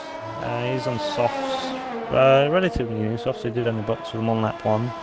So I don't see a reason for him to pit on it. Well, I mean, he wouldn't have lost anything really, but he wouldn't have gained, well, obviously he wouldn't gain anything other than maybe 5-6 laps older, fresher softs, so. Alright, so as of now, the top 13 drivers have all caught up to each other. Frisbee, the interesting one, he was running in the top 10 positions, but he's elected to go ahead and get rid of the soft tire compounds early, so he is now on fresh mediums. The 3 drivers ahead of him, XRL19, Dave Ewart, and Beastian, all on worn softs. So this could be very interesting because it's very hard to pass here, but Frisbee is going to very blatantly have superior tire choice after about 1 or 2 laps past the restart. It's going to be interesting how many positions he can make up. Well, he's just ahead of his teammate, and I don't think his teammate will give him too many issues. Yeah, I mean, normally, if the Haas got this much screen time, it's because there's no one else racing. So, it'll be interesting to see how well Frisbee can get off on this restart. Obviously, stuck behind. Well, for now, he'll be behind Red Bull, Mercedes, and Williams. So. Not the slowest cars, but it'll be interesting to see if we can get past them. One other thing, consider this has been a great benefit for Torpedo. He's on medium tires they put on after being involved in a about lap 4 instant or so. So they have a little bit of wear in them. They'll get back up to heat real quickly, but he is not at risk of going a lap down now. It's going to be great for him. As Bull Pieces finally caught the back. Oh, and Torpedo goes off circuit. Ooh. Well, It's not lost yet. He's still only 10 seconds out and closing rapidly to the back of the grid. So. That's exactly where he spun last time as well, so I think he might be running slightly lower rear wing than everyone else. But, you know, Ferrari, rear downforce in their strongest. I mean, in nothing. Their engine's looking pretty good in the latter half of the season. But, yeah, obviously upgrades aren't simulated in the game. It'll be interesting if they were. Because obviously it will just add another layer of spice to the season, you know. I think if that was an aspect, I think Ryan Hurricane would probably want to kill himself, considering that they're always trying to move drivers around to keep everything as even as they can. They got a part of the way through the season, and all of a sudden upgrades came and the grid was reordered midfield. I think it'd drive him crazy. All right, Young Maneuver is about to catch the back of the field. Yeah. The bad news, though, it looks like Flavor is not going to get a chance to catch the field before they get to the line, but the pace car has not pulled very far away from the leader. I don't think they're coming. I don't think the safety car's coming in this lap. Obviously, lovely green Aston Martin here. I think it is on every track now. Apologies if you could hear someone screaming in the background. That's just my little sister trying to. Well, my parents trying to put my little sister to sleep, so.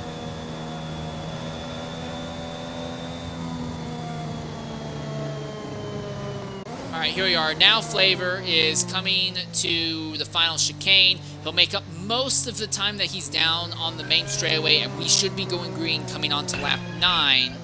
I'm going to go on board with... Flavor running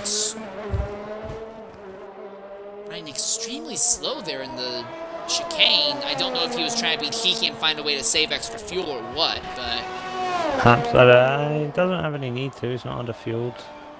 I'll go on board with Frisbee for this restart. He's on the freshest tyres of anyone, pretty much. Behind Beastian, Red Bull, and the Mercedes of Dave Ewart. For some reason, whenever I read Dave's name, I want to say Dave Stewart, but, you know, I have to cut the S. Who's your money on to win it though? I know it's early days, anything can happen, but you have to choose someone now. I usually won't put money on anybody winning a race simply because it's way too easy for strategy kerfluffles to happen due to yellow flags and upset everything. If someone put a gun to my head and said put money on now, I guess I'd go with Edgar, but I would never feel comfortable enough putting money on anyone to win a race, especially at this point in an XRL event, unless it was really... Oh, and coming into the party now is PPR Venom. Venom, go ahead and include your audio. What happened that took you out of the race there? The car just playing undragable. I mean, there's no other word around it. It's just impossible to drive. Is that the car or is it the track? I think a combination of both. Between the Alfa Romeo's tendency to understeer into almost every corner enters, to Hello? Are you still there? You cut out on us. Yeah, I think what he was saying does make sense though. Oh, he was just saying that the car is very understeery, and it makes sense. It's an Alfa Romeo. It's not going to be. It's not going to have Red Bull or Mercedes level of downforce. So, I think that is one thing that a lot of drivers take for granted, because very few drivers actually drive realistic cars. Very cool. We're underway now. Edgar got a great launch against Jay Bastion, but farther back, Low and Smoothie having a little bit of a scuffle there for the 7th and 8th positions. And there you are, Smoothie off circuit on the extreme inside. He'll lose that position to Low, lose a position to Mr. Anderson. Now XRL 19 is going to close in, trying to see if he can snipe his position off the AlphaTauri. Yeah, good restart from Frisbee, bad restart from Bestian, so he's going to try and he's going side by side through the S's, going to switch back on him around the outside into the final part of the S's, and now just one Red Bull down, one Mercedes to go. Already making up And the other position. Haas is going to continue. He's going to slam his way through the open door. Dave Ewar gets pushed off circuit farther up by Frisbee. Both Haas drivers are making a great charge up to the field right now. Yeah, unfortunately though, he's already lost 2 seconds to the Williams of XIX up ahead. So we could probably make up the gap, but you lose so much time just with one bad restart. So yeah, it'll be interesting to see how quickly he can catch up to Williams of XIX. Well, XRL 19 has those soft tires that he started the race on, so those softs are going to start falling off real quickly here. He's in the draft of Smoothie right now, looking to see if he can figure out a way by before those tires become utterly undrivable compared to the mediums. Yeah, I think we're probably nearing the crossover point between mediums and softs in the next couple of laps as well. 19 really put the power down out of the final corner. Misjudged, ended up walking a little bit wide, got the edge of the tires in the grass, but he was able to save it. Davey were into the pit to repair damage off the restart. 19 still hammering the rear end of Smoothie's AlphaTauri. Yeah, he burned a lot of his DRS on that, trying to get past Smoothie. Fiend!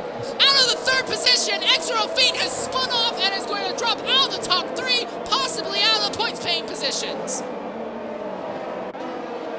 Wonder what happened there. Was it a spin from maybe John, or because the top 2 looked very close even after that spin? So, and even then, top 3. Well, I mean, 3rd place is a bit further back. So maybe he was hit from Boothie. Maybe he tried to go for a move on John in the S's, or maybe he just lost it on his own. You never know.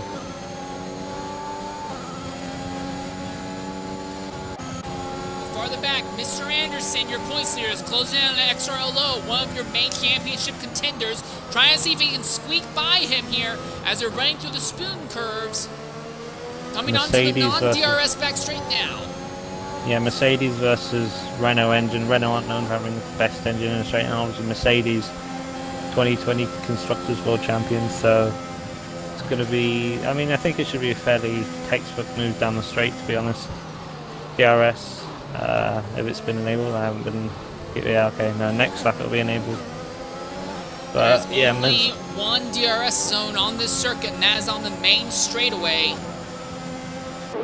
I don't actually know if F1. I don't know if F1 used to use the old start line around here. I don't think they have ever, at least not to my knowledge. Torpedo has had an incident where he went off there at the end of Sector 3 and he's dropped him to 14th. Beastian has also had an incident of his own. He's dropped to 15th. The Haas machines are now in 11th and 12th. And Mr. Worsen tried to make a move on Young Maneuver. Young Maneuver held steady and he'll hold on to 12th for the moment. And Frisbee has caught XRL 19 on merit. He has relatively fresh mediums compared to XRL 19's around the outside of softs. Torpedo. Has Torpedo got damage? I think Torpedo might have damage or something, because yeah, he's definitely got damage. Yep, front wing damage to that car. But Frisbee is now behind XRL 19, trying to find a way by the Williams.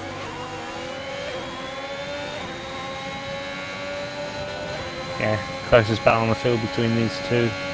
Probably will be for the next lap or so, because you can get close around here, but you can't really pass. I'd say best around here is to get past on the brakes into either one or last corner, maybe, or if you're brave enough, try your move in 130R.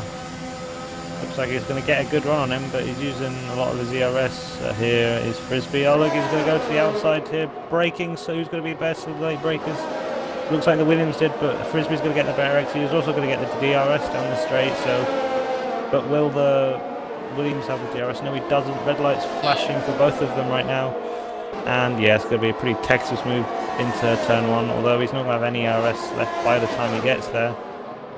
One down. Oh, who's that around? Hurricane's around as well in turn 1. Way off circuit, so now Frisbee has overtaken both Williams in the span of a corner of and a straight, and Bullbeast has overtaken one of them as well. So now both Haas drivers have dragged their machines into the points once again. Frisbee is already within a second of Smoothie as well. Yeah, I love watching the different tier drivers go up against different tier drivers. Just gives you an example of how quick some of the quickest drivers are, and just the pace differentiation between them. Mr. Anderson is closing back in on XRL Low. Low has extremely worn soft tires.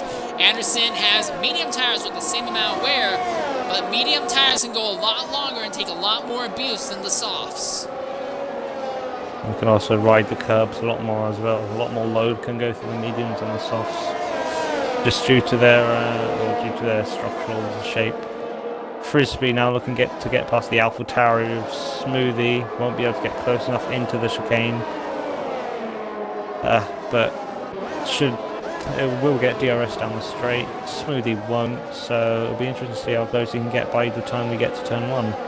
Oh, Smoothie, very good exit, using a lot of that inside curve. Almost loses it on a little bump off the last corner. Going to get DRS. Nearly no ERS remaining on the Haas, but it looks like even DRS and ERS in the Haas can't. No match for the straight line speed of the AlphaTauri. And it's the same case for Anderson versus Lowe. Although Lowe's tires are burning up, the Alpine seems to be very good at putting the power down smoothly, and that gave him the advantage to stay ahead of Anderson for another lap here.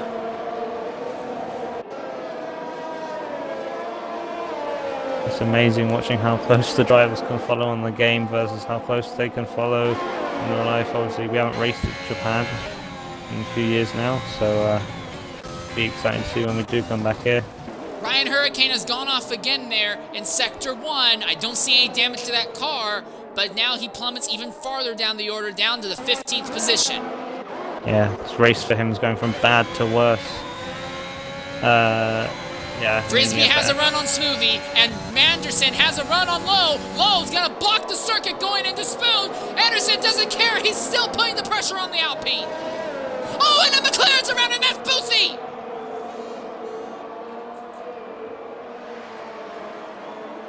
Unlucky for Boothie, but it looks like Lowe's going to get a run into the final chicane. It looks like Anderson lifted off there, trying to get the DRS, potentially to get back past him into turn 1. But let's give Smoothie on a good... Smoothie gets past Anderson as well. I don't think it looks like what Longe did in esports recently. Tried to let one car go to get the DRS, but let two go instead. And this is going to get really interesting because now 5th, 6th, and 7th all have DRS going down the straight as they're trying to catch Lowe. Yeah, Lowe got an amazing exit off that final corner. I think that was crucial for staying ahead of Smoothie, but VSC. Anderson now... Oh, hello, was that a VSC? Yeah, because Fiend has just gone off and lost his entire wing there in the hairpin. Oh, this race for Fiend is going from... Well, this race is just getting worse and worse for people near the back of the grid. But seeing some great battles for a track which normally don't get great racing, especially in the midfield. It's going to be really interesting watching the fight from 4th to 7th. All right, coming back into the party now is Venom. Venom, make sure your audio is included. I apologize for not bringing you back to the party earlier, but as you lagged out, we went green, and it's been non-stop action since you dropped out. But as you were saying, what was it that took you out? Was it the car just being bad, or was it the track, the car not being a good match to the track? What was it?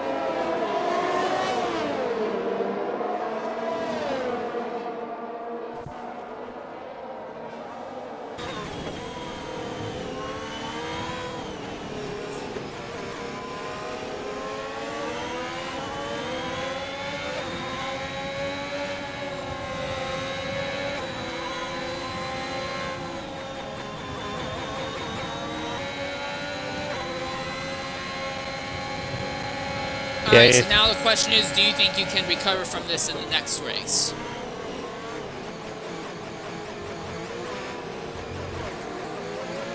I can check that for you now. I think in XRL it's Monaco. Oh wow, look at this battle! And oh look, there's a bunch of cars. Frisbee, Anderson, Smoothie, all with DRS, all on top of each other, going into turn 1. They're all gonna get out of there just barely alive, but it's brought XRL 19 back into the fray as well.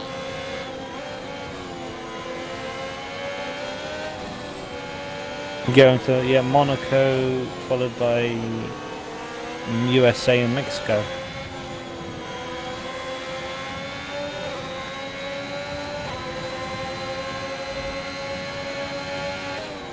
Yeah, Sector 1 will be a nightmare for you, considering you got obviously turn 1, turn 3 or 4 I believe it is, the long left-hander Casino.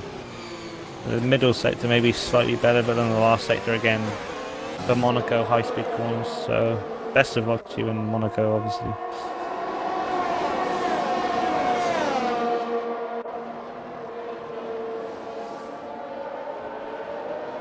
Yeah, Mexico may be a bit more suited to the Alpha, like you said, because not so many long corners, more just point and go really. Best of luck to you in the next couple of rounds. Alright, we turn our focus back onto the racetrack right now. XRL 19 closing in on Frisbee. I don't know if Frisbee's burned his tires up or if he's just having struggling to keep up with the people ahead. Javis John is pitted out of 3rd position though. The soft tires he believes have fallen off way too far on him for him to stay relevant. Frisbee losing pace with Anderson as Anderson's gonna make a move to Smoothie going into turn 1. He can't make it stick though.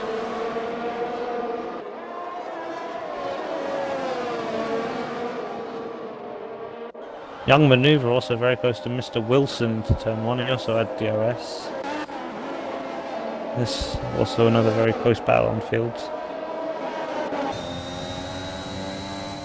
Anderson drops off from Smoothie throughout Sector 1, but starts closing back in on the longer straights, even without DRS. Problem is, every time Anderson falls off of Smoothie a bit, Frisbee is right there ready to capitalize back. It seems like the only thing that's really helping Anderson stay relevant. Ooh, Frisbee makes the dive, going to the hairpin. He puts the power down, but can't keep it on smoothly. Oh yeah, the problem is he went for a move quite late into the hairpin, and by which point Mr. Anderson was already quite wide into the corner and going deeper into the corner. Of course, it'll slower on entry, but a lot faster on exit. So unfortunate for him for now, but I have a feeling we're going to see a lot more action from these three. Boothie has gone totally off the circuit. He has slightly damaged the wing. The good news, though, is he will be able to continue. But for Boothie, a great qualifying run seems to be followed up by a relatively bad pace in the race itself. As Anderson right behind Smoothie once more, this could be a good chance for him to make the move for 3rd. Yeah, I feel like Young Maneuver is also going to get past Wilson here. Going to have DRS against an Alpha. It's going to be very close. Oh. Mr. Anderson getting very, very, very close to Smoothie. He's going to try around the outside into turn 1. Can he make it stick? Oh, nearly. Smoothie backs off. He's going to try and get the switch back on the exit. We can't quite get it done. Meanwhile, back in Young Maneuver, gaining. Safety car! Ooh. Fiend! The driver who started near the front, and Boothie's ripped off the entire front wing as well. Fiend out of the race as well. So all of a sudden, everything has just gotten extremely chaotic. And it looks like Fiend went off on the same side of the circuit that's been giving him struggle all day long today in Sector 1. Just trying to invite Fiend into the party here, trying to find out what happened between him. Maybe him and Boothie collided, who knows? Nah, Boothie had an incident all on his own on the opposite end of the racetrack. Boothie lost part of his front wing and lost more of it just a little bit later. No, fair enough. Flavor was able to take advantage of this, get into the pits and throw on a set of new soft tires. Dave Ewar also able to get into the pits and throw on a set of new fresh mediums. The advantage for them is that they will not have to worry about going a lap down. Boothie shouldn't have to worry about going a lap down either because Edgar is still in Sector 3 while Boothie, they're repairing the front wing on that car and putting a new set of tires on. Yeah, meanwhile, XIX is having a chance to catch up to this battle ahead of him as well. Bullbeast's a bit too far back, but yeah, it looks like XX might be one of the slices of cake in the action of today's race. Solar well, the field... Go ahead. All was going to say is that the field was very much spread out when this yellow flag happened, and the positioning of the leaders basically mean that we have an entire lap at not full pace, but not quite caution pace. That will help the drivers near the back a little bit get a chance to catch up. But now we're seeing drivers near the front pitting. Edgar's pitted, Smoothie's pitted, Frisbee's pitted, 19 has pitted. Zola is going to take the lead, but he has tires that he started this race on. It's not going to be great for him. Anderson elected not to pit also, so he's also going to be on very worn tires. Bull Beast is now up there in third with slightly less worn mediums than the 2 leaders. Then Edgar is going to be fourth. He has fresh mediums. Young Maneuver has moderately worn mediums in fifth. Jabus Khan is going to have fresh, well, almost fresh mediums in sixth. Then it will be Frisbee by the looks of it. Frisbee will be followed by XRO 19. They're both going to be on fresh mediums. Smoothie is on fresh, untouched softs, and Lowe is going to be on scuffed soft tires. Mr. Morrison has just come out of the pit lane. He'll have fresh mediums. BCM will have, Alray has fresh mediums because he was able to jump into the pits as the safety car came out. Ryan Hurricane had pitted before the safety car. He has moderately worn mediums. Flavor has the fresh soft. Torpedo has not yet pitted. He still has moderately worn mediums. And Davey, Wart, and Boothie both have fresh mediums after repairing the damage they took from their instance. Okay, I need to breathe a little bit more. Alright, let me just make sure that Insane Leader's there and not fucking flipping Eminem. Sorry. I was sorry, you reminded me of Crofty for a second when he's trying to read out the qualifying table. Like, Jesus Christ.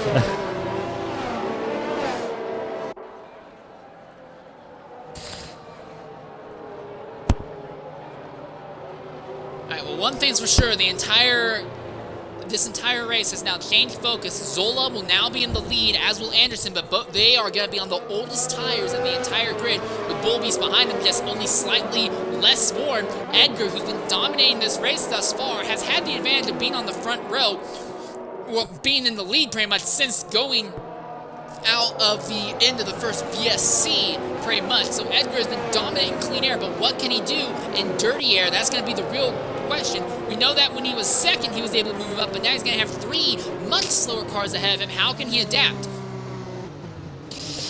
Well, it'll be interesting to see, because of course Edgar's been having clear air the whole race, just kind of running away with it a little bit, honestly.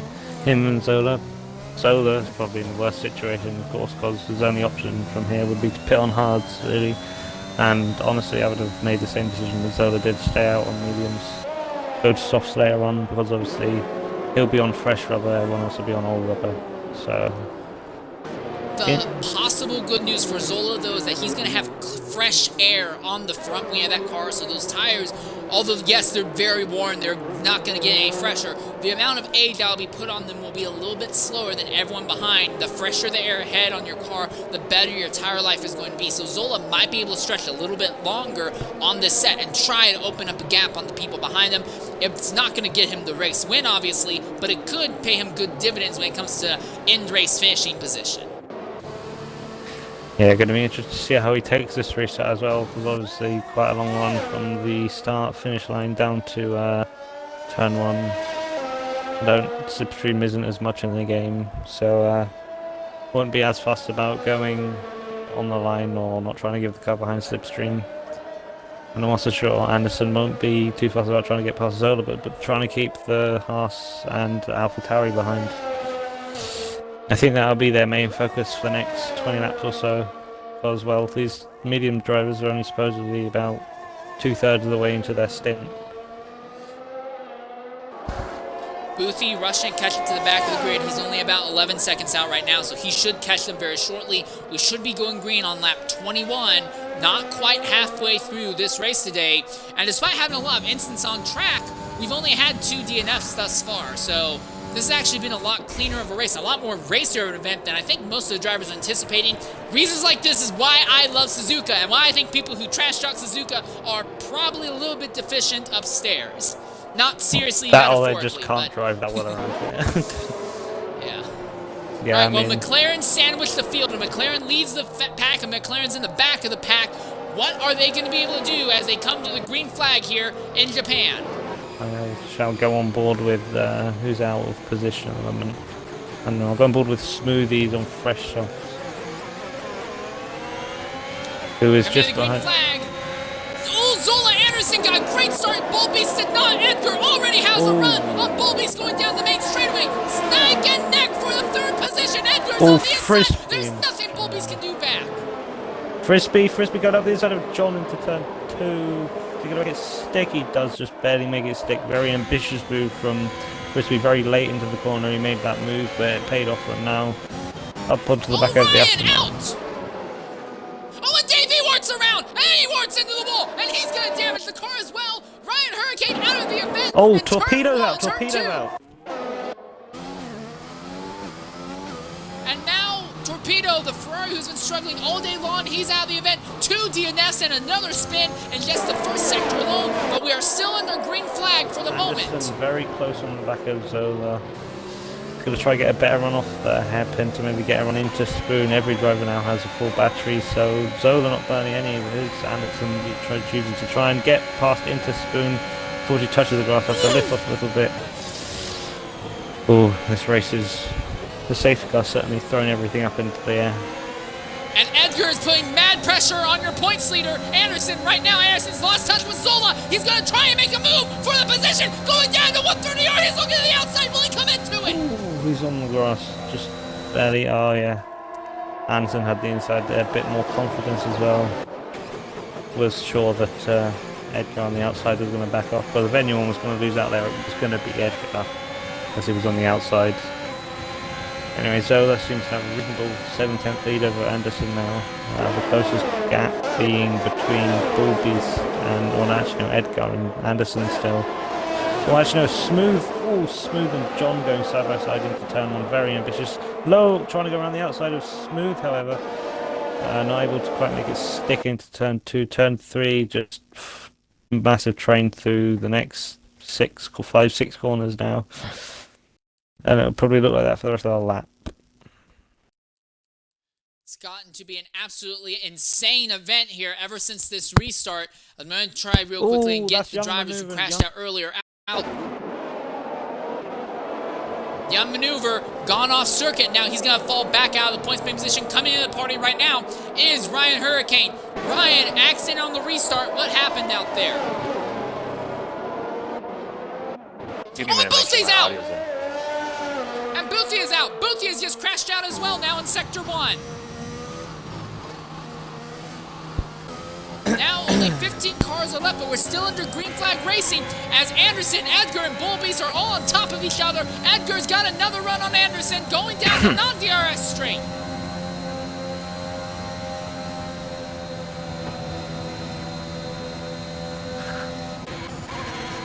Davis Young gets by Frisbee around the outside of 130 yards. Daring move by the Ferrari. He's made it paid off. Sorry about that, Ryan, for cutting you off there. So, we saw you were, what, P11 there just before you were. So what happened there? What caused you to spin? I honestly don't know. I didn't take that turn as aggressive as I had been that whole race, so I really don't understand why I had so much wheel spin to lose the car like that. Could it have been down to the fact that you just come off the safety car restart? Your tyres might have been a little bit cooler compared to what they would have been had you been going at full race speed? No, I did enough weaving and burnouts to warm them up before we got going. All my tires were like 85, like that, degrees. Oh, fair enough. Unfortunate for you then. Hopefully you'll be able to bring it back in Monaco. How do you feel going into the next round now that you've crashed out of this one? Not good. Williams ain't gonna be good at Monaco. Yeah. What's it like driving the Williams then as opposed to the Mercedes? It's just Earlier we had Venom here saying that the Alpha was mainly just entry understeer, so I was just wondering. Yeah, the Alpha can kind of have a happy rear end as well, from what I remember. Fair enough. What you guys interview? Best of luck in Right, to next thanks for race. speaking up. Real quickly, I'll get to you in just a second, Torpedo. Boothie, go ahead and include your audio. You started on the pole, but it seems like everything went bad from the word go. What happened out there? Let's go into P2. Ran in the gravel, and then when I got out in the gravel, I put off it down and spun again and knocked all my tyres off. Pretty much a disaster. Alright, you had a great car when it came to single lap pace, but it seemed to fall off in the race. Was there something wrong with the setup for the machine today? Just wouldn't turn in. Didn't matter what gear I put it in, turned in, it just understeered wide, so... I'll have a look Was that at it. down to the race fuel, or do you reckon it was down to the setup? Mixture of both. Alright, it's a shame to see that happen to you, Boothie. And now, real quickly, I also want to turn focus to Torpedo. Torpedo, go ahead and make sure your audio is included. An accident there early on after the restart. What took you out?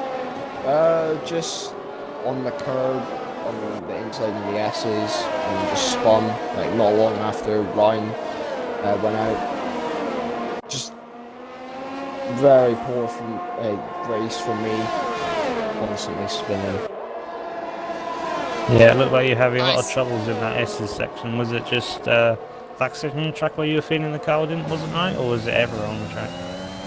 It was, the S's were just, that's where the back end will mainly go, and I think it's a bit of setup issues as well, and just lack of practice maybe as well. Fair enough. Good luck going into Monaco next week. How are you feeling about Monaco? Not confident, pretty much every driver is, but hopefully I can get qualified perfect, and then the race should be fine. Ferrari got pole in there in real life. Hoping to recreate that, I assume. Well, I guess everyone is. Yeah, yeah. Oh, Frisbee! An accident in the final Have a corner. good evening, Torpedo. You too. Alright, well now we've interviewed the three drivers who suddenly dropped like a set of flies there. While all that happened, Edgar got by Anderson, got by Zola, and is taking the lead. He's already opened up a 1.1 second lead on Zola, so it seems like nothing is stopping Edgar right now, although he does have a time penalty against him. Problem is the other drivers who are on similar tire strats as him right now also have time penalties against him now, so it's not going to matter too much. Gabeskian has worked his way up into 5th. Bold Beast was up there in the top 4, but he has lost positions on these extremely worn tires. He has fallen all the way back to 7th right now, and looks like he might lose that to XRLO in just a little bit here. Well, his Haas teammate, El Frisbee, has fallen all the way back to the 13th position as well. Smoothie has rebounded up into the 6th position. The fans for Low, and then a little bit later on Smoothie, their soft tires are going to be falling off very shortly here. Yeah, he's going to be wanting to make the most of those tyres. Look, he's gaining on John into turn 1. John's going to move across very late into the corner, into the defensive, move into turn 1. Maybe a bit too late for Smoothie, but I guess no one got hurt, so it was alright. This has given Bull Beast a great view of this battle. He'll be hoping that one of them makes a mistake, and one of them, well, he's able to pick up a position and then finish off the other one. This is allowing, they are gaining ever so slightly on XRX, so maybe they'll catch up to him within a lap or so, and John will be able to get DRS and defend from Smoothie. The other driver that's being dragged into this battle is Low, because Low is now within DRS range of Bull Beast, and Bull Beast is now within DRS range of Smoothie. So unless something really crazy happens in the end of Sector 2 or in Sector 3, we're going to have another small DRS train that will have formed between 5th and 8th.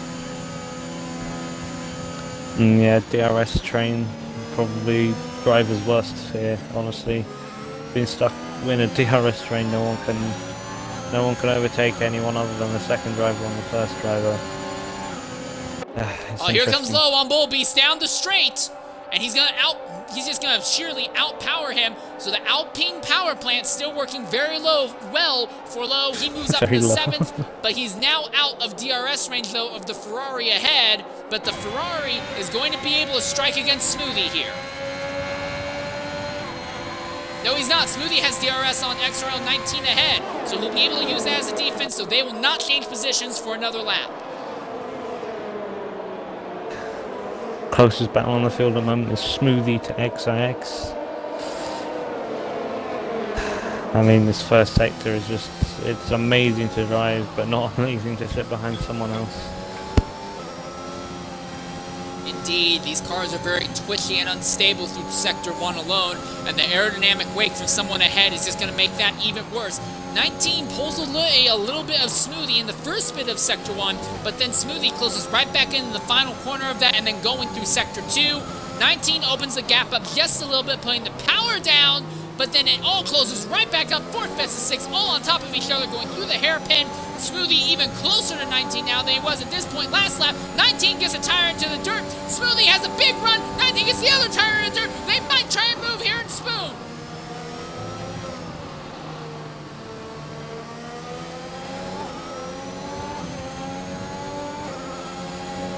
Smoothie, he's got draft, he can use the ERS. Here comes a move. Dave Ewart just crashed out there in Sector 1.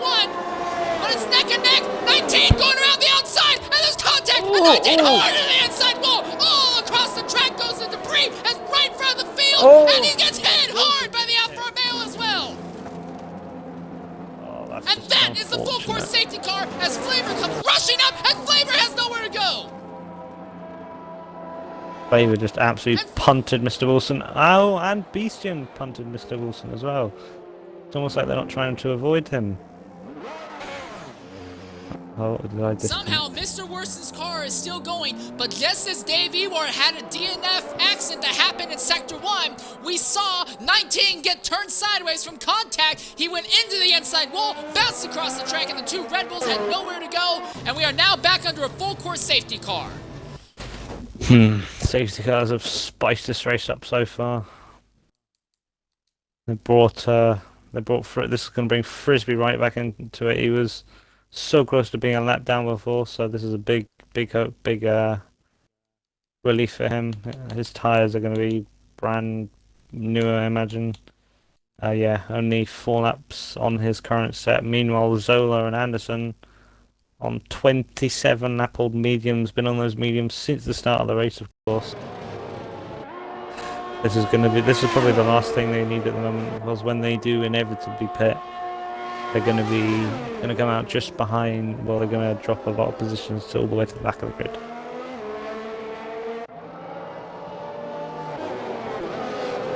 True, but we saw earlier how one of the Haas's on fresh tires was able to just cut his way through the field upward like hot knife through butter, and that was Bullbeast earlier. Yeah, now Bullbeast is on fresh softs, and he doesn't have to worry about pinning again, losing more position. In fact, Bullbeast is going to end up probably in about 7th position once Zola and Anderson ahead of him pit, so this could get really interesting.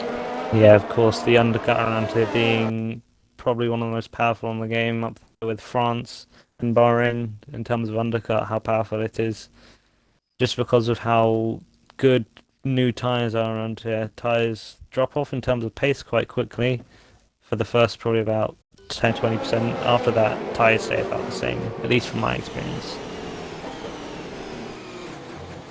Alright, so now here comes the question, who's going to pit, who's going to not? We know Zola and Anderson are pitting. Will anyone else elect to pit? Zola's pitting, along with Jabus Dawn. Yeah, Jabus Dawn is taking off the worn mediums. He wants to put fresh rubber on that car. We are about 24 laps from the race in, so I can only imagine another set of fresh mediums lasting you to the end of this race. But for Zola and Anderson, they were already on mediums. They have to put on softs, and frustratingly enough for them, they're going to have to pit one more time. I don't see any way you can make softs last 24 laps here. Young Maneuver also threw on a set of fresh softs as well. You've also got to remember this tyre, whereas half the tyre where it would have been in Dev earlier, so I reckon we'll see. It's definitely possible to do 23 laps around here, I reckon, on a set of fresh softs. Especially considering they'll be on low fuel as well.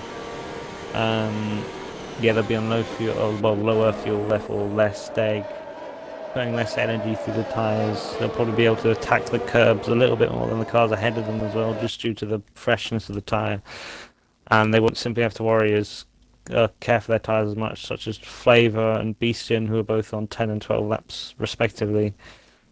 I'm on Mr. Wilson, also 9 lap-old medium, so yeah, some drivers are going to be struggling a little bit more towards the end. I reckon we're going to see Smoothie pitting as well towards the end. One other driver who's in a good position for this moment, but won't be in a good position later, will be XRL Flavor. So I do know that Flavor has a little bit of an iffy internet connection, and I have to wonder if maybe he didn't intentionally hit 19 at full speed, and maybe it was more of just lag making it look that way. There's no damage on that car, and he has stayed out, but the thing is, Flavor is on 10 lap worn softs, so he'll have to come in sooner rather than later. The good news for Flavor, though, is that when he does come in and put on his next set of tires, those tires will last him to the end of the race without issue. Yeah, also Bull Beast is probably in one of the best positions as well. P6 and he's on fresh softs. Lower ahead of him is on fresh mediums, but fresh softs around here. Softs, I'd say softs are probably the best race tyre around here just because of how long they can stay in their freshest state, so it will be very interesting to see where Bull Beast, I reckon Bull Beast and Lowe can work their way up to even a podium probably, just because of the freshness of their tyres and smooth and flavour. Well, 3 drivers in front of them will probably have to pit. Maybe not so much Beastian, just because he's on mediums. There's only 24 laps to go. I mean, 36 laps on mediums, still a lot, but I reckon it's doable. Interesting decision by Gabe Aston. They're coming into the pits. He already had mediums equipped, but coming into the pit lane, are they going to throw on a set of softs? Yeah, he started on softs. He's doing the classic, do a lap under safety car on mediums and then come back in, put on a set of softs. I'll be honest, I've done that a few times.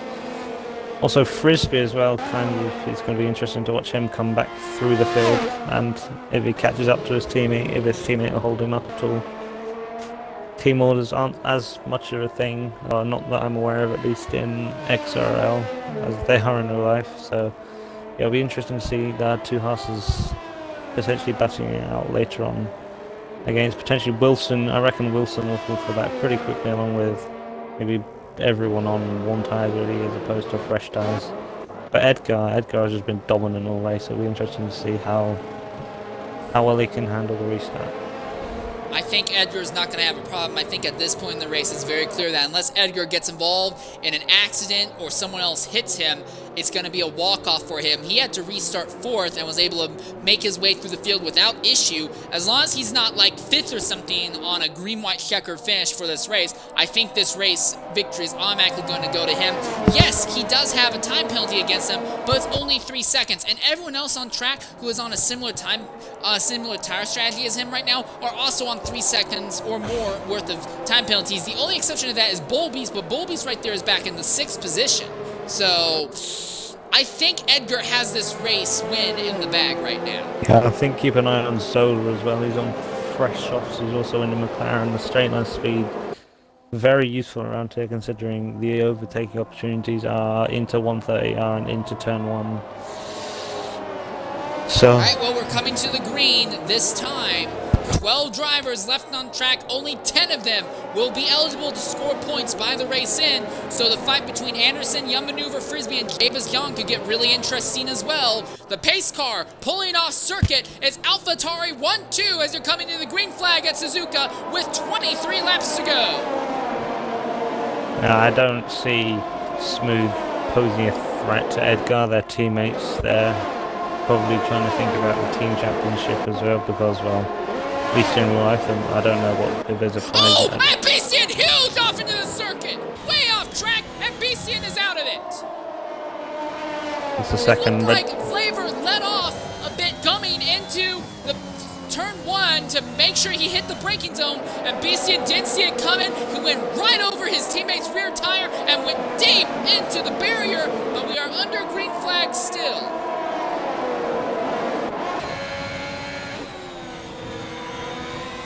Cute. I didn't quite catch that on there as I was trying to see what was happening further back. Between all Bull Beasts nearly getting past Lowe into Degner 2, gonna get a better run off the hairpin as well. So he's putting his fresh softs to work near enough straight away out of the gates of the restart.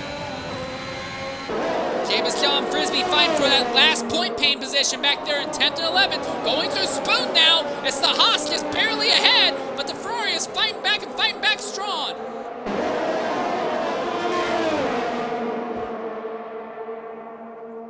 Bull Beast trying to use all of his DRS to catch up to Lowe. However, he's going to run out before he gets to the end of a lap. This is really unfortunate because he's already slow in a straight line as it is in a Haas, barely reaching speeds of 320 kilometers an hour, whereas other cars nearly reaching 330, so it's definitely a struggle. The Haas and the Ferrari Ferrari have stayed side by side for half the lap. They're still side by side as the dive into turn 1 now. Oh, Bull Beast on the inside of Flavor, goes on the inside curve. Tattoo nearly loses a position to Wilson. And Wilson Zola! And Worsen is out! And Zola's involved as well, and now there are only 10 cars left on track, and we are back under a full course safety car. Safety car can't catch a break today either. I mean, wow. From what I saw there, Bull Beast, I'm just going to clip that for Bull Beast's sake. Yeah, by the looks of things, Bull Beast lost it on the curb. Wilson went into the side of Bull Beast, and then Zola was caught up in that just from there as well. Edgar, though, Well, this would already be pulling Go ahead. I was just saying, Edgar's already pulled, even in the short half a lap we had, pulled over 2 seconds to his teammate. Now the question is, will Smoothie and Flavor elect to pit now to put on a new set of tires to go to the end? I would think they should. It would be probably the best option they would have right now. I think, honestly, Smoothie is going to follow his teammate, because if they are playing the team game, Edgar, no offense to Edgar, he's been dominant, but fresh softs versus 12-up-old mediums, I think Edgar might need a rear gunner in the form of his teammate, so it'll be interesting. Oh no, Edgar's going into the pits, along with his teammate and that could Smoother. really upset how all this is going, because Lowe is going to stay out. He'll inherit the race lead, and Flavor will stay out as well. Oh, interesting. I mean, Bull Beast now moves up into 3rd, Anderson 4th, Young Maneuver 5th, Frisbee is now going to be 6th, Jabez Dawn is now going to be 7th. Aston Martin definitely going to be, I reckon, the winning constructor from this race. Just because of, well, they're they're the only team that has, other than AlphaTauri, who have 2 cars still running in the race. And that's been the strength of the Aston Martin team. They've been able to keep both cars on track way longer than most of the other drivers thus far in the races this season.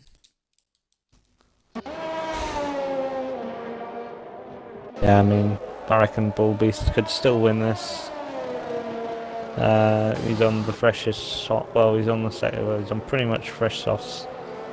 His tires will barely be worn at this point. The interesting thing about all this right now, Flavor obviously is on the most worn soft tires. I don't know what their strategy is there, but Flavor is going to drop through the field real quickly. The thing is, Lowe is the only driver right now on mediums. He does not have to worry at all about his tires falling off compared to the rest of the field between now and the end of this race.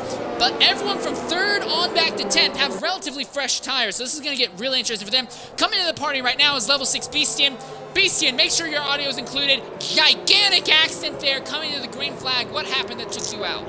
I spoke with Flavor. His wheel disconnected, and his car just pretty much stopped in front of me before I could do anything. So just one of those random stuff that happened. So no harm, no foul. Just I guess get ready for the next race. It's pretty much it was just a glitch. Next race is Monaco. Do you think you can bring that Red Bull to any good results there?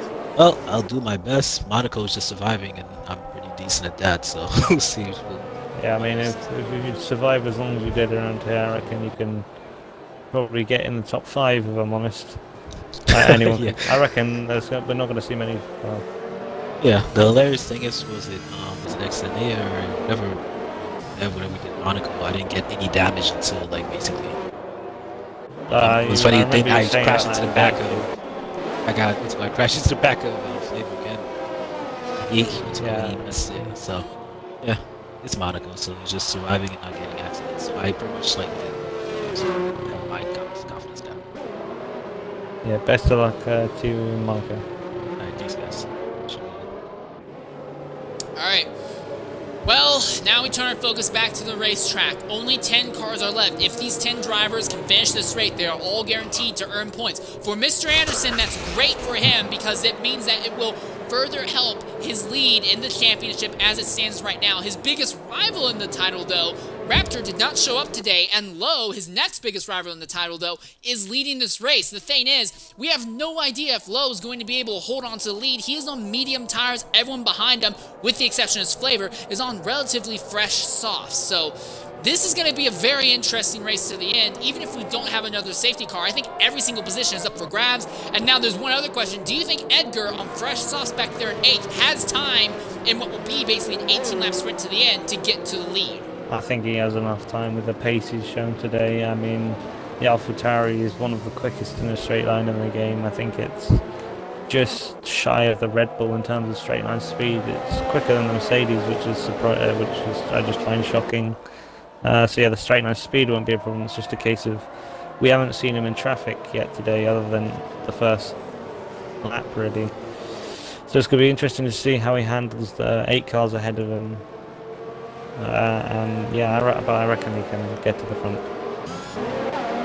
right, Bull Beast, Flavor, and Lowe. Those are your 3rd, 2nd, and 1st drivers as we come to the green flag. Flavor is guaranteed he will have to stop at least one more time before this race is over, but everyone else should be able to go green to the end.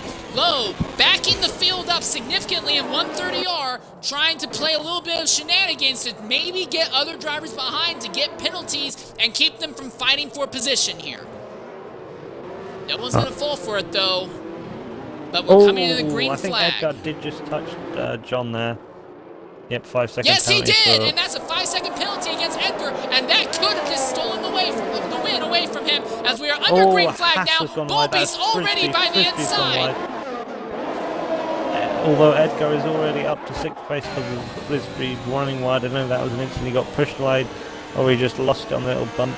It's going to be interesting to hear from the stewards what they have to say about that later on tomorrow night. But Young Maneuver is off circuit. He's fallen to last. Now Edgar has already gotten up to 6th position. Flavor was able to keep ahead of Bull Beast, and that's letting Lowe open up a little bit of a gap on Flavor right now. Yeah, Flavor, I've been speaking to him recently. He has been saying he wants to get more competitive, and he's certainly doing so in this race so far, running 2nd place ahead of Bull Beast, Anderson, and John at the moment. So certainly putting that Red Bull where it's designed to be. Anderson putting pressure on the Haas of Bull Beast right now. Anderson has tires that are just 1 lap fresher right now. Frisbee got back by Edgar. Something's wrong with Edgar because he's losing possible positions to Frisbee. Frisbee falls back in line behind Edgar, but the fight is not over. They're almost neck and neck coming through Spoon now. I honestly wouldn't be surprised if Edgar got damage from that little tap of John, which would be an absolute heartbreak for his race. Oh, he's off! And he's into the wall! Yeah, that's definitely damage now. It's not showing for me, but I'm almost certain he does have damage. I don't think he's going to battle Zola too much here. Yeah, no, look at that. Understeer, just chronic understeer. Very unfortunate for him. I don't see any damage to that car, but something has gone terminally wrong, and that's out of it. Yeah, Bull Beast just cruising past in a straight line. Got a Mercedes engine, taking advantage of the Mercedes engine. Getting past up into P3 now. Edgar retired on track. Retiring in the pit. And Young Maneuver coming in the pits as well to repair damage. So now only 9 cars remain. Can you real quickly see if you can invite Edgar into the party and see what happened from his perspective?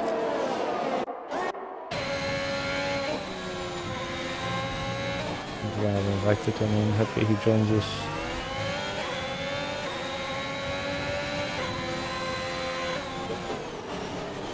There he is.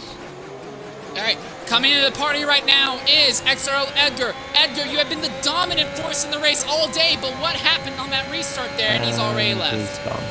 He's like, yeah, you know what? That's how my race felt, honestly. That's how his race felt. Well, I don't know if it was that or disconnect. Here we are, Anderson finally sneaking by Flavor. So now Anderson, your points leader, has just snuck by Flavor. He's up into 2nd now, so it's going to be a battle amongst 2 championship contenders for this race win, potentially.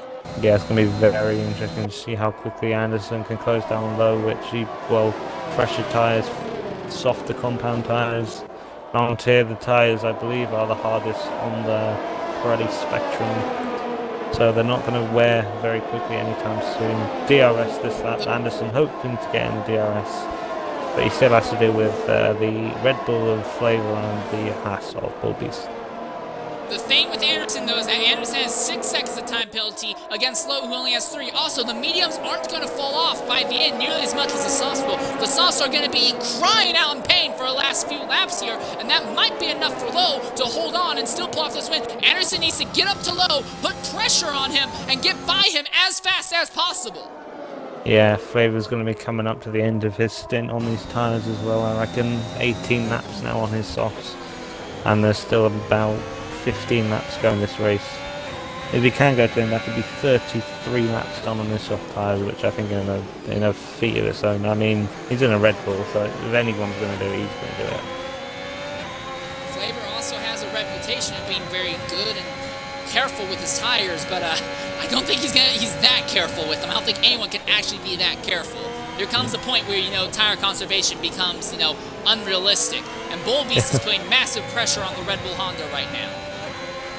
Anderson is able to close within DRS, however he's pretty much run out of his DRS trying to do so, and I'm not surprised if Lowe has used a little bit of his as well.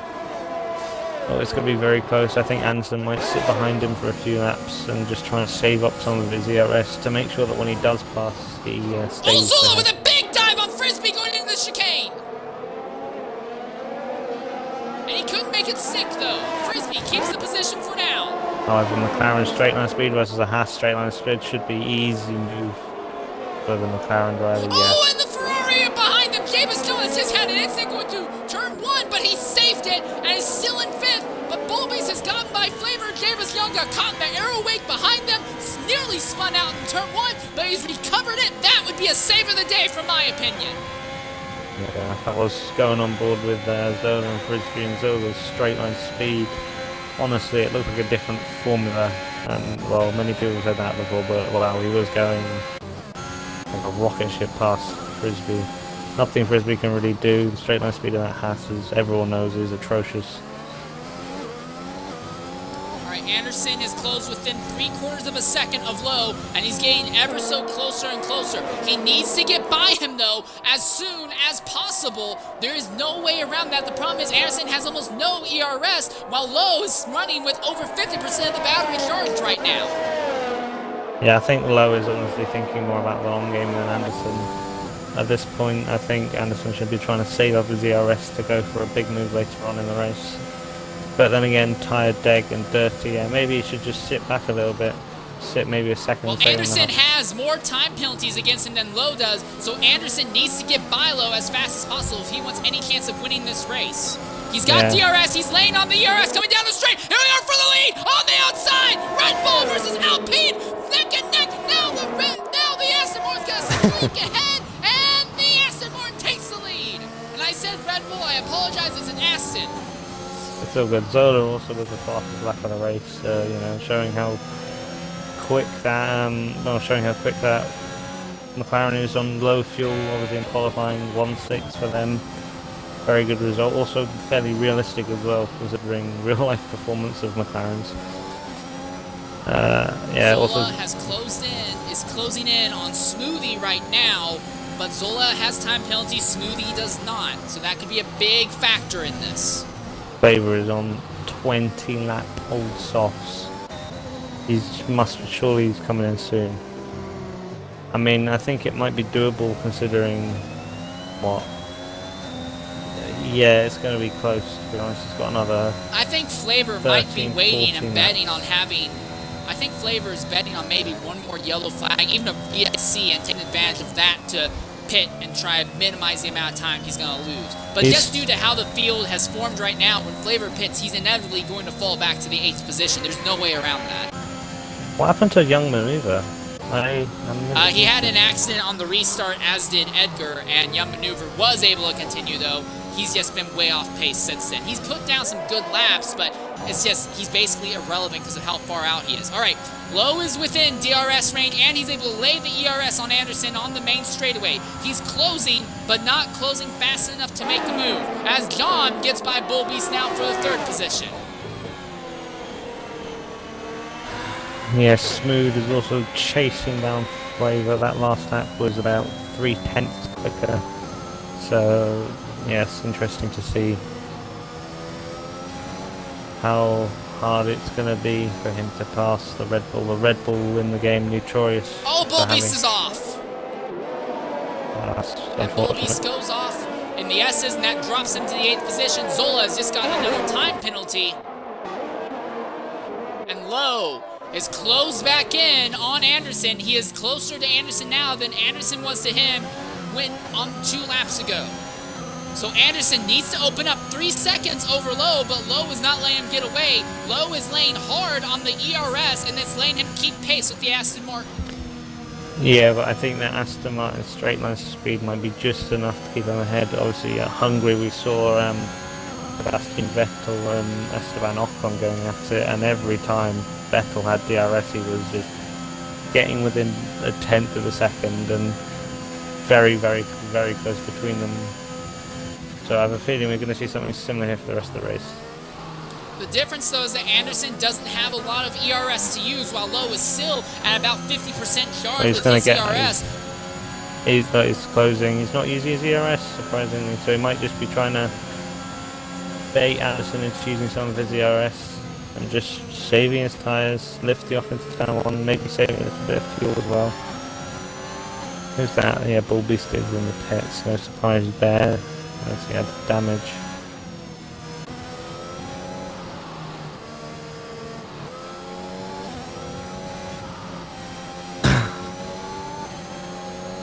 Oh, Flavor is around in the S's section as well. That will unfortunately put him to what is currently P7, but after pits he may well be P8. Yeah, for Flavor, there's no choice. He needs to get off those tires as Yeah, soon his as possible. tyres He's are- around again. Yeah, his rears are going to be hotter than the Sahara Desert at the moment, honestly. And I will say this, there's one big flaw that has been keeping Flavor from outright challenging for wins in the various tiers that he's been in. He is not very good at reacting to the race changes and changing his strategy afterwards. Whatever strategy he seems to get locked in early on in the race, he sticks with that until the race end almost, and that quite frequently sees him on really weird tire strategies and stuff near the end of the race, and that often ends up filtering him farther down the grid than it should. Nearly losing it. I think somehow Flavor managed to keep it out of the wall. It's just, can he get his rear tyres temperature down? Just to Bullbeast again nearly losing at the back end of that Haas. Not known for being particularly stable, but then again, what is the Haas known for other than being at the back of the grid? Taking Russian money. Being owned by a Russian oil company. Alright, Zola making moves on Smoothie now, so the battle for 4th is very much underway at the moment. Oh, Zola really stepped out there behind Smoothie's aerodynamic weight. He's going to go from being a 10th behind to 7/10ths behind. Yeah, meanwhile, Lowe through the Degner seems to be quicker than Anderson has been on the last couple of laps, quicker through the middle sector. I assume that'll be down to his tyre choice and, well, his tyres state at the moment. He does take a bit of a narrower line than Anderson into the hairpin there, so that he does lose a little bit of time there, but that's just his different driving style.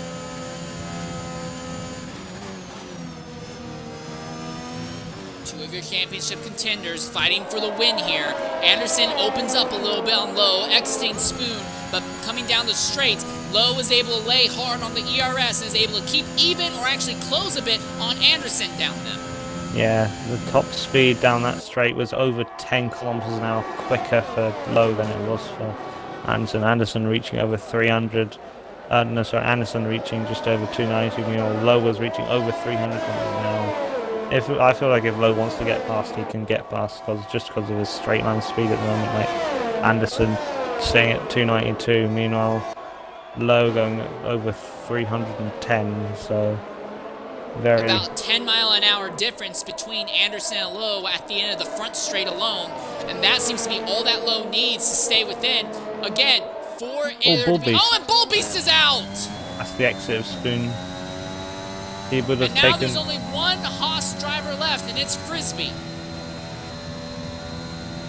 And Frisbee's been kind of the quiet underdog of the race other than the first half of his battle with Smooth. And I believe it was XIX, although correct me if I'm wrong, I don't remember.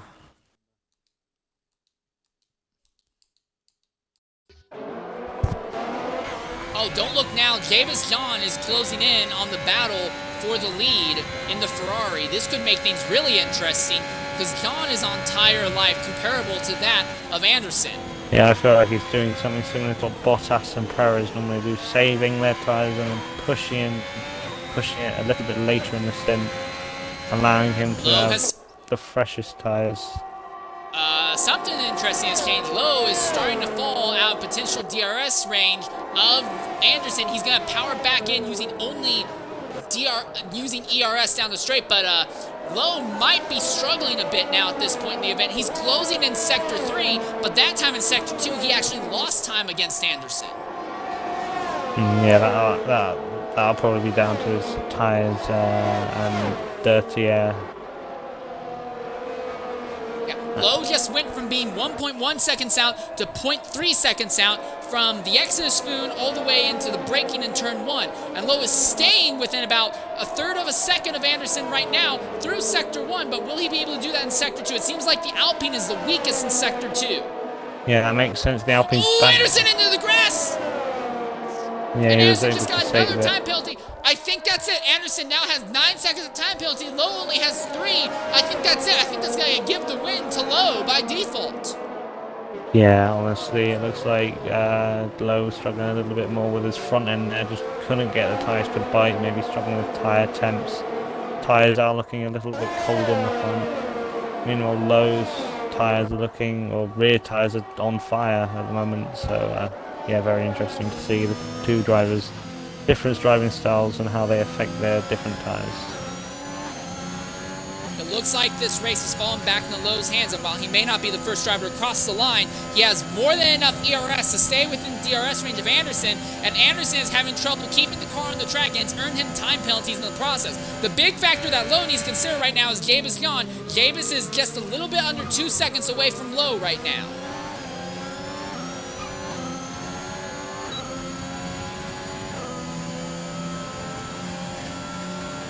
Oh, Lowe has a huge head of steam going down the straight. He might make a move for the lead. He is into the inside. Easy overtake. Yeah, not surprising. I mean, the top speed, I believe at the end of the straight there was nearing 15 miles an hour difference, and that's just, I mean, at this level, 15 miles an hour can be the difference between, well, 15 miles an hour. If you're going 50 miles an hour slower, you're probably going, at least, you're going to lose a lot of time, or at least probably about a second in a straight line or something. So it's ridiculous. That just shows you how good I think the Alpine made a little bit more set up for straight line speed. I think the big thing, though, is that we are finally seeing the soft tires falling off significantly. Frisbee seems to be having a little bit of trouble looking at his times. Anderson is falling off, and Davis Dillon has stopped closing on the leaders. I think at this point in the event, the medium tires are back to having the advantage. It looks like Lowe, by virtue of being the only guy on mediums, is going to have the winning strategy. Oh, Lowe spins right in front of Anderson! Right in front of Anderson! Oh. Lowe spins coming onto the back straightaway! And he's going to fall for third! Might even lose that to Smoothie now! Oh, all of a sudden, that could be Jeebus John's race. He's only 1.2 seconds off Anderson with potentially a 5-second penalty to get removed as well, because he got hit from behind by Edgar on the second This also could work out in Smoothie's favor, because Smoothie is within 4 seconds of Javis John, and Smoothie has no time penalties. Yes, this is going to be very interesting. He's only 5 seconds off the lead as well, so Anderson can drop as far back as P3. So yeah, this is looking very good for both Smoothie and Lowe makes a dive bomb on Smoothie at the end of the front straightaway, but could not make it stick. And now Zola is there, ready to put some pressure down. Zola still has some relatively fresh tires, as does Smoothie. So for Lowe, this is not going to be an ideal place for him. Yeah, I feel like the quiet drivers this race have seemed to do quite well. Young Maneuver, haven't spoken much about him this race. But running P7 at the moment, of course, only 8 cars running, but still being able to keep his car on the road. And if you can do that, well, you'll often get points as well. You'll get points here today at least.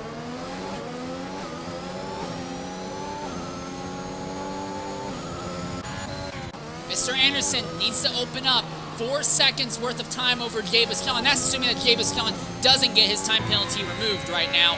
And the gap between first and second at the moment is 1.2.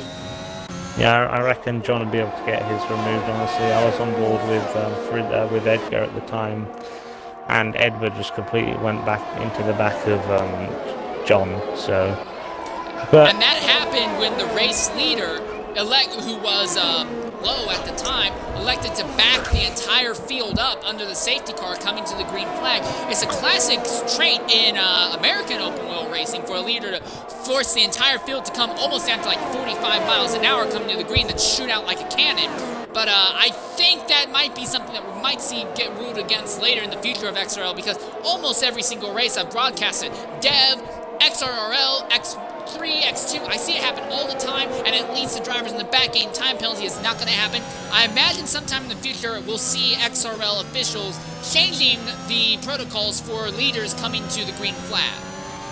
Yes, I mean, another league I racing had it saying you have to go off the apex of the last corner.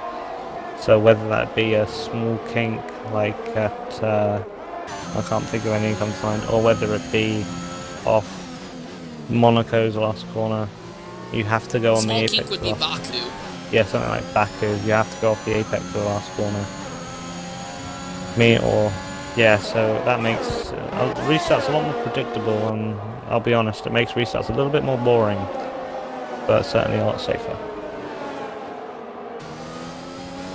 Zola is within about 6/10 of Lowe, and Zola has more ERS now than Lowe does. Lowe has been laying hard on the ERS, trying to keep pace with Smoothie, and it's not been working out very well. But Lowe finally is within DRS range of the AlphaTauri that's in third, so things are still up in the air. We still could see who knows who win this race, because we don't know how time penalties are going to stack up. But Zola right behind Lowe, he's laying on the ERS, he's got DRS on Lowe, but Lowe also, does he have DRS? Lowe does not have DRS! Zola has a huge head of steam, neck and neck for position, 322 kilometers an hour versus only 298 of Lowe. That's 24 kilometers an hour difference. Is about, what, nearly 20 miles an hour difference there between the two cars at the end of the straight. That is insane how quick that McLaren is. So now Lowe knows how it feels when he was trying to get by Anderson, and he was way faster. Although I don't know if Lowe can count on Zola having a spin. And Zola, once again, we see this time and time again. Zola keeps finishing no better than fourth in these races. It looks like that may be the case again. He's in fourth, well enough away from Smoothie, John, and Anderson. I don't think he can factor for positions against them. Yeah, he's going to lose the position almost certainly to both Frisbee and Lowe, but I think he'll almost certainly take that against the grid. Also, I want to talk about Frisbee. Frisbee has been the only driver thus far been able to bring the Haas to the finish, and that was crossing the line first at the season opener at Montreal. No other Haas driver has been able to make a race to the end since. Frisbee is going to try and do what only he's done before, and he's in position to do it with a respectable run. He's running 6th right now.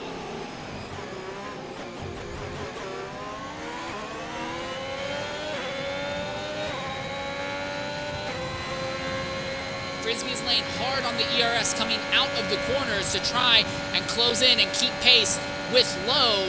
Lowe is actually losing pace on Zola significantly, so the battle between 4th, 5th, and 6th all seem to be stretching out just a little bit. Also of note, Anderson has not been able to get away from anyone behind him.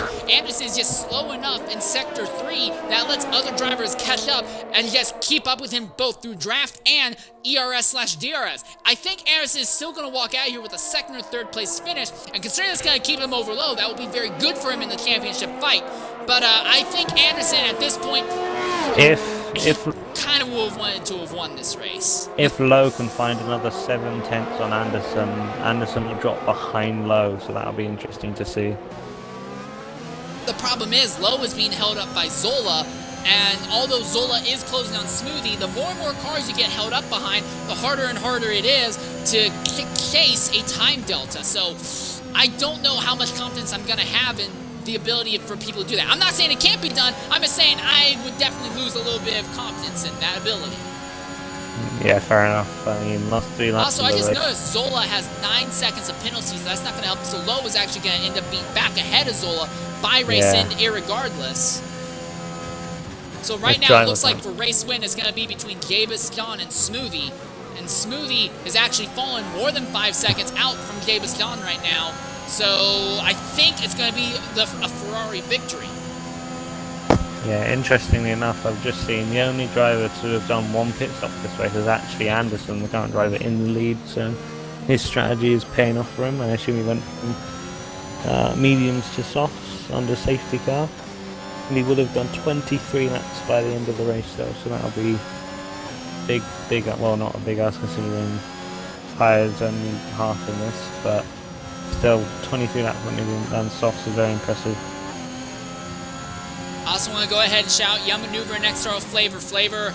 Not the greatest of tire strategies, but he's come back from several spins, and Young Maneuver has come back from several instances as well, so it looks like they're still going to be able to finish and bring home points. As it stands right now, it looks like it's going to be, once again, Ferrari and Aston Martin walking out here with the most points in the Manufacturers' Championship, so great job on those two teams, assuming that nothing else crazy happens in these last 3.5 laps here. Yeah, it's weird to see that only one driver from 8 teams are going to finish this race. So 8 different constructors will finish, but only 8 cars will as well. So only 7 different constructors actually, because Anderson and Young Maneuver are still in the same team. Apologies, yeah, I didn't see that. Lowe is just about totally burned his ERS to the ground. Zola is still hammering Smoothie, and Zola and Smoothie are on roughly even pace when it comes to ERS right now. Yeah, and tyres as well, 17 laps apart. 17 laps apiece for both of them. Also, don't look now, but Gabascan has closed within 6/10 of Mr. Anderson coming into turn 1 alone. So now we may see Gabascan try to overtake Anderson on merit, not just on time penalty, but on merit as well. Yeah, of course, as a driver, you always want to win a race on merit. Oh, as Gabascan went a little squirrely on the exit to the S's. I do have a slight feeling that Anderson is running higher downforce than the rest of the drivers as well. That would be very likely, and that would explain why he is so much slower than the rest of the field going through Sector 3 and onto the main straightaway, but he makes up a lot of his time in Sector 2. Thing is, all that higher downforce seems to be paying him a lot of dividends in Sector 1.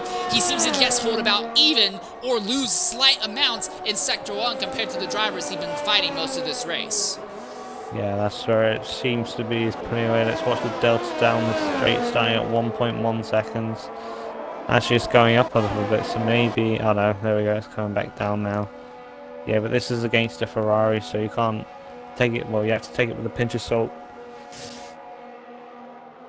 Yeah, not quite even with the DRS that time, so maybe not running higher wings. Or might be his Mercedes engine savouring him.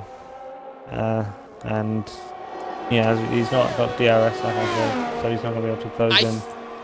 I think we're looking at a scenario where it's just the Ferrari is running a more trimmed out setup down the straights, because once Jabus is within the draft, not even within DRS range, but within the draft of the Aston Martin, he seems to hold even or close a little bit. But when it comes, if they were dead even going down the straight, no DRS, same ERS, I think the Mercedes, although they have more, although the Aston Martin has a Mercedes engine and has more power, he's able to use that extra power, not to just be faster down the straight, but he's using that to break through the extra drag and downforce that Aston Martin is running right now.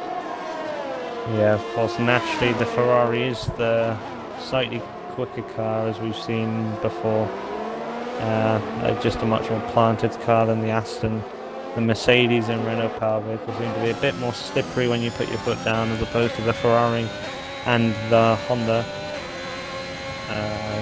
Yeah, those two cars seem to have a bit more stability on the rear. Maybe that's because they produce less torque, or if that's just because they don't produce as much power and they just don't have as much drag. I guess we'll never know.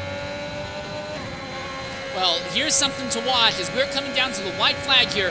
Frisbee is within striking range of Lowe. He's only going to have one serious attempt at making this move, and that's going to be going down the main straightaway. He might be just close enough to make the lunge.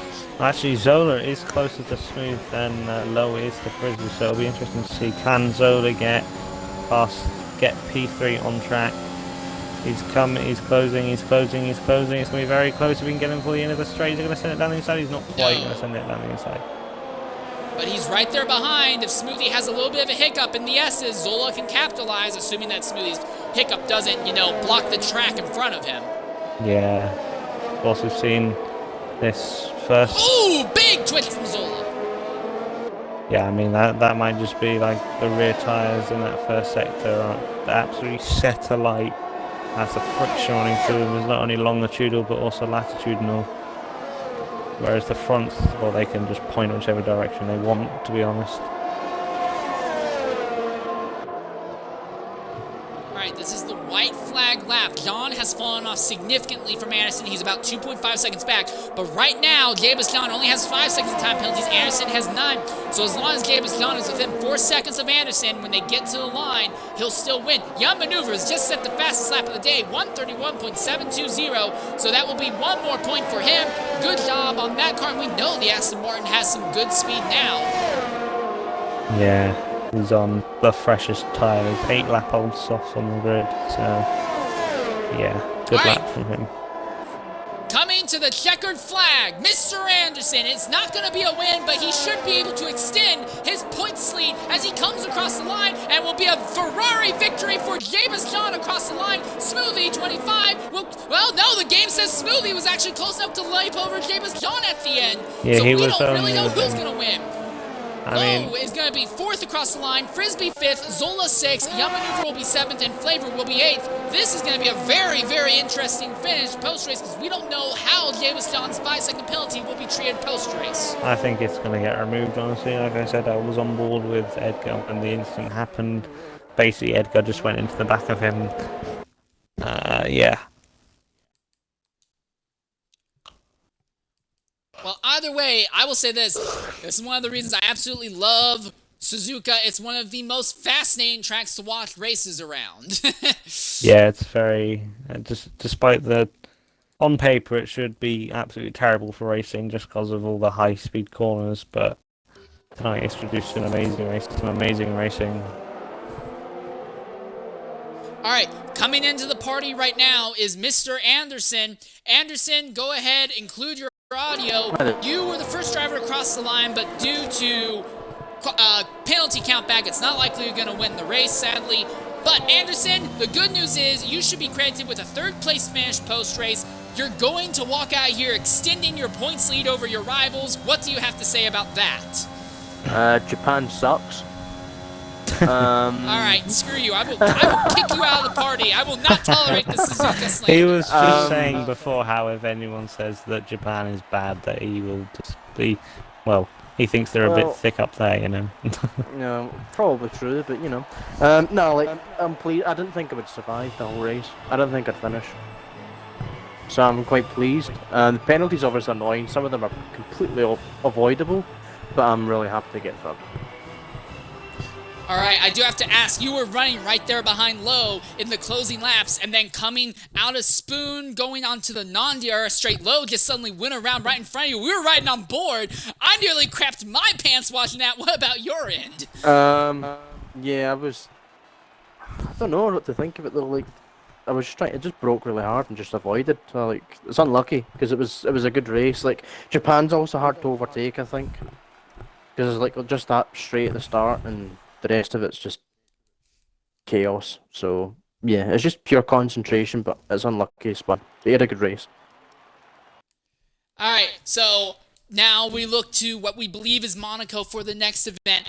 What do you think you can do there? Avoid the wall.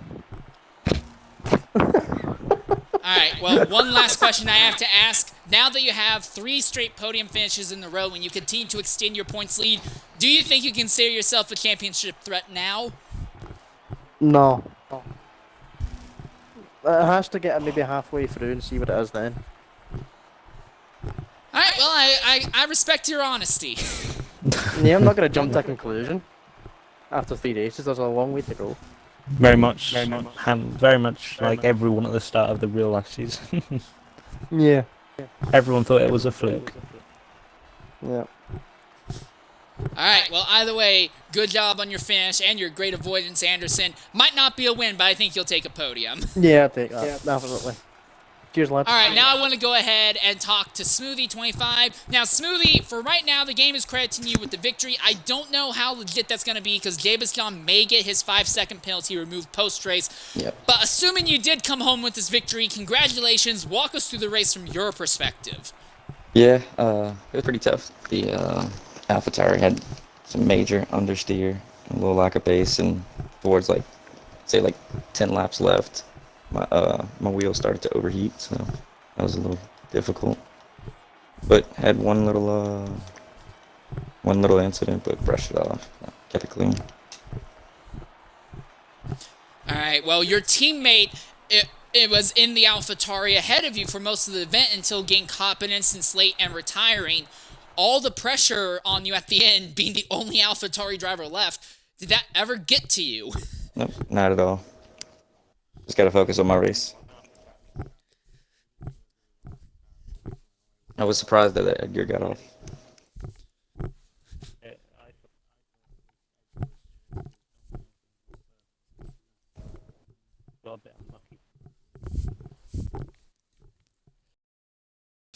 Alright, well now just one more question, Edgar. Monaco's coming up next weekend. What are your anticipations then? I'm sorry, why did I say Edgar? I'm so sorry. Smoothie, it is Monaco next weekend. What are your expectations there? If it's dry, I'd say okay. Really hard to pass though. But if it's wet, it's just, it's gonna be difficult. If it's wet, it's just, I don't know. That's it. Alright, well, I appreciate your honesty. Thanks for being willing to jump in. We don't know if the victory is official, if it's going to go to Jabaston, but if it is a win, congratulations, and if it's a second, well, still, a very well-earned podium out there. Appreciate it. My little... Don't really over the track in. Well, it's easier to adapt. As in, so if you only drive more. Yeah. Alright, well, now there's one more person I want to talk to who has been willing to join the party. We've not had any luck getting Jabaston in here, but XRLO, go ahead and include your audio. I got some good news, I got some bad news for you. The good news is, with Raptor not being able to start the race and you taking home a top 5 finish is going to do great for you in the points battle. The bad news is you spun out of the lead in what should have been a win for you, and then the leader in the points championship extended his lead over you. What do you have to say about today? Yeah, it was a good race. It was very competitive, and I feel really slow in this car, but I gotta adapt to it and see how much I'm gonna be able to push in Monaco. But it was a good race. Alright, you spun out of the lead in the last 15 laps of the event, but before that, what really interested me is that on the final restart, you stayed out on track on slightly more medium tires. You were the only person on track with the medium tires, and it seemed like you were making them work. Was that strategized? Was it just luck? What was going into that decision in the end to be on such a radically different tire strategy than everyone else? Yeah, that was on purpose. I knew, like, in the beginning of the safety car, which was super unfortunate because if that safety car didn't happen, it would have been a different outcome. But since that safety car, I had brand new mediums on, so I was ready to go anyway. So I was like, okay, I'm just gonna stay out on these, and I know that the softs are gonna die at the end for most of these guys, and I should be able to make moves at the very end of the race. So as the race progressed, it actually came true. I was super close to making my move, and yeah, it looks like, I spun it out, but I saved the car, saved the guys back at the factory, making me another wing. So I'm pretty happy with the way the race went, but it definitely could have been a first place walk away. That's for sure. And if Fiend didn't have an accident, it could have been great points for the team. That's for sure. All right, so now I just have to ask one more thing regarding the championship. Yes, we're only a few races into the season, but you now firmly will take second in the points. Anderson continues to insist that he is not a championship contender. Do you think that makes you the favorite for the Drivers' Championship, despite switching from the Ferrari to the Alpine Renault? We'll have to see. You know, Anderson was saying too, we can't jump ahead. We can't speculate too far ahead because you never know what's going to happen during the season. But I will say this: I will not stop pushing until I can get first place in some of these races. So expect the action to never stop. And you're looking at me. I'm always going to be trying to make a move. I'm always going to try to push to the front. That's my main goal. That's the only thing I'm here for, is to make sure that I keep pushing, regardless where I start. Alright, I'm just gonna go ahead and say this. You guys are no fun. I really want to see one of you guys come out and like, oh yeah, take it from me. I'm the big man. I'm the leader. Y'all are a little bit too nice. If this was IndyCar They're realistic, or that's the thing. NASCAR, I could understand it. But like, Formula 1 is all about giant egos and paychecks are worth more than a human life. And all you guys here are so docile and so respectful. Like, I don't mind respectful, it, like, 9 imagine. times out of 10, but come on, some of you surely gotta have a big ego that you're just hiding. Yeah, like, of course, it's great to want that as a goal, to be able to push to first. Yeah, we all want that. So, yeah, that being said, of course, I want it, but it's going to take some time. It's going to take some races and some good moves. So, that's where I'm saying, keep watching. You never know what's going to happen. Alright, well, that's a little bit more like it at least. Alright, I have respect at least for the extreme honesty you have. And we'll be looking forward to what you can do next week. Next week will be Monaco. Today has been Suzuka, though, in a very fun race. Tomorrow, on the alternate channel at 5 p.m. UK time, I will be covering the XRL X3 race. The championship fight there has been blown skyward, sideways, in 35 different ways going to Sunday. And come to think of it, on Sunday, too, because that is when X3 happens. At 5 p.m., you will continue to watch the three-way fight for the title go down. That's going to be fun. And then at 8 p.m. UK time, on the alternate channel will be X2, also at Suzuka. At 5 p.m. UK time on this, the main channel, will be the X1 race. That one will be hosted by Kinsey Retro. We look forward to seeing you guys then tomorrow. But until then, I've been Singler13. I've been joined by XRL Veloce. And Veloce, I just want to say thank you very much for being willing to jump in. I think my voice would be basically dead if I didn't have someone else to take some of the heat off today. It's so good, honestly. I just saw the race was over and I was like, hey, why not? Well, I appreciate it. And if something like this happens again, feel free to ask. I have no problem sharing the booth with you going forward in the future. I liked your very technical analysis and a lot of parts on this race. But that will wrap up our broadcast today. We'll be looking forward to you either tomorrow or next week, whenever you want to choose.